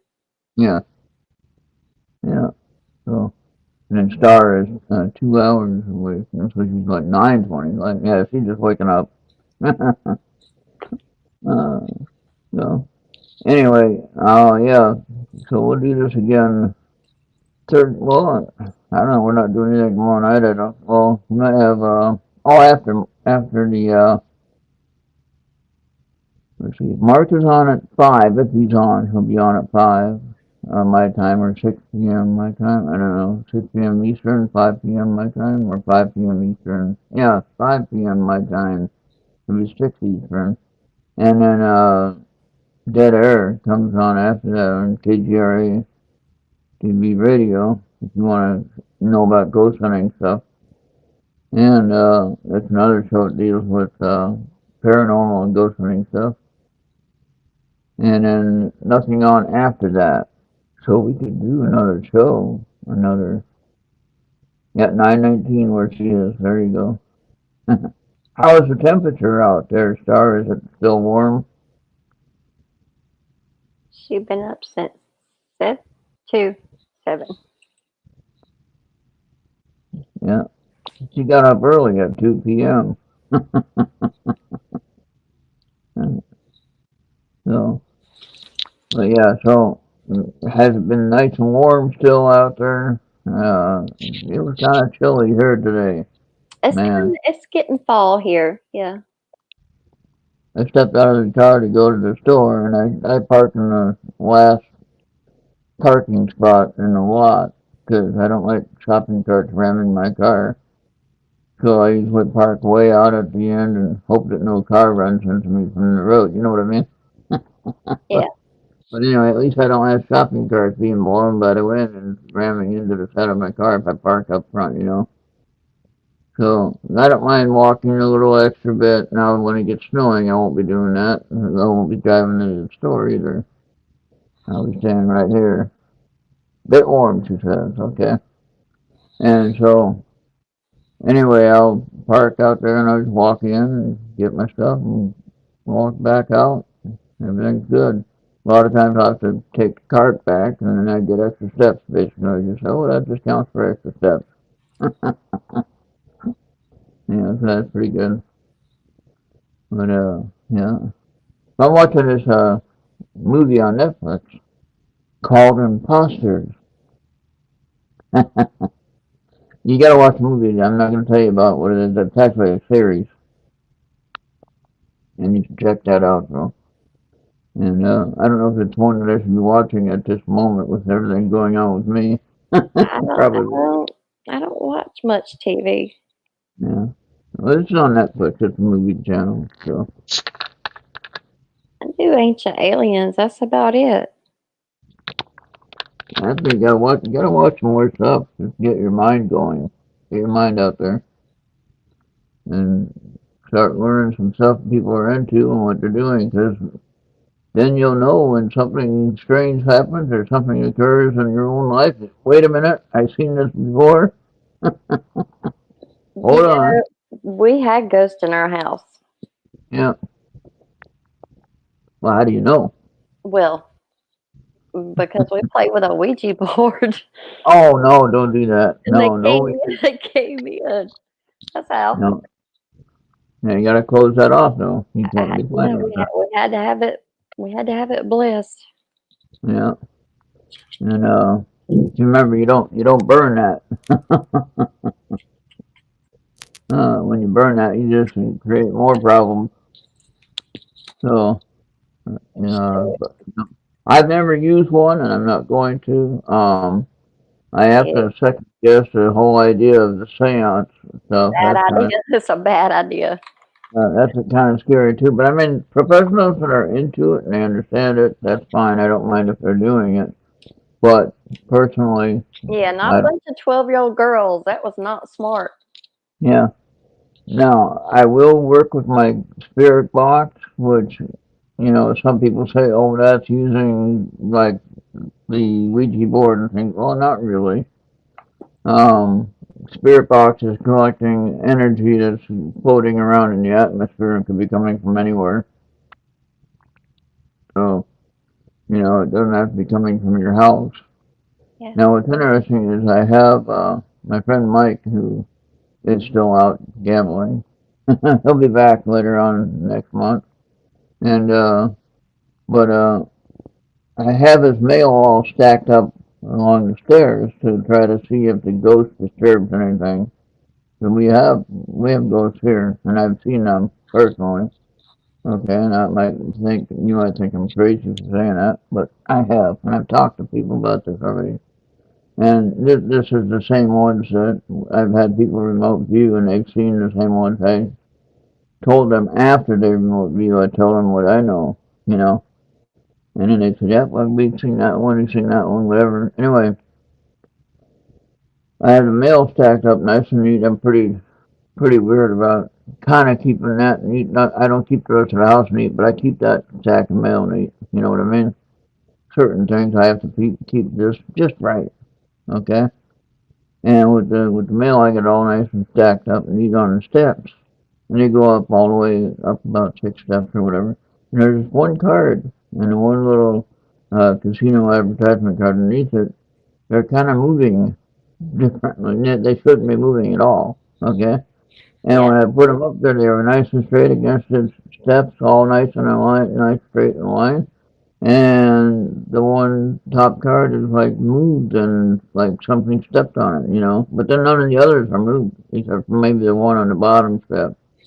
So that's just kind of weird, It's weird. There's not enough wind. I have little, like how you make the house of cards, You stack up the playing cards to make a house of cards, And then as long as no big wind comes along, they stay up and they stand for a long time, right? Unless something knocks it over. Well, I have this little card, some cards made with, a house made with little cards, and it hasn't fallen over yet. And so the wind there's not enough wind there to move the cards on the top step. You know what I mean? Yeah. So that's just kind of weird. Anyway, I just heard the alarm for my battery going dead, so I probably have to charge it up now. So it lasted 3 hours. Holy crap. That's amazing. It lasted like 2 hours and 15 minutes. It's been 3 hours and 24 minutes. Yeah, cause it's beeping in my ear saying, charge me up. So they'll eventually go out. And then I'll either lose all sound or one side will only be working for a minute, and then that will go dead. So they last pretty good though, and I have this little thing. You see this thing and charged up. Yep. Charged up right like that. And this has 77% left under charging, so it'll be fine. They charge pretty quick. And they last, if they last 3 hours, they only take 5 minutes to charge. That's pretty good. So, I don't know about maybe 15 minutes to charge probably. But anyway, I think that's it for now. And it's not hot. It was 95 here. That's not hot. We only got up to 63 today. What do you mean 95? Oh, now the other one's beeping. I heard it. Okay. All right, I better get out of here then. Thank you, Esther, for sharing that movie and being here. Thank And you. We'll we'll see definitely do everybody this again. next time. I guess All right. Thursday. Yep. All right. Good night, everybody. Have a great rest of your weekend. Have a great night. We'll see you next time. All No. right. Bye-bye. Bye.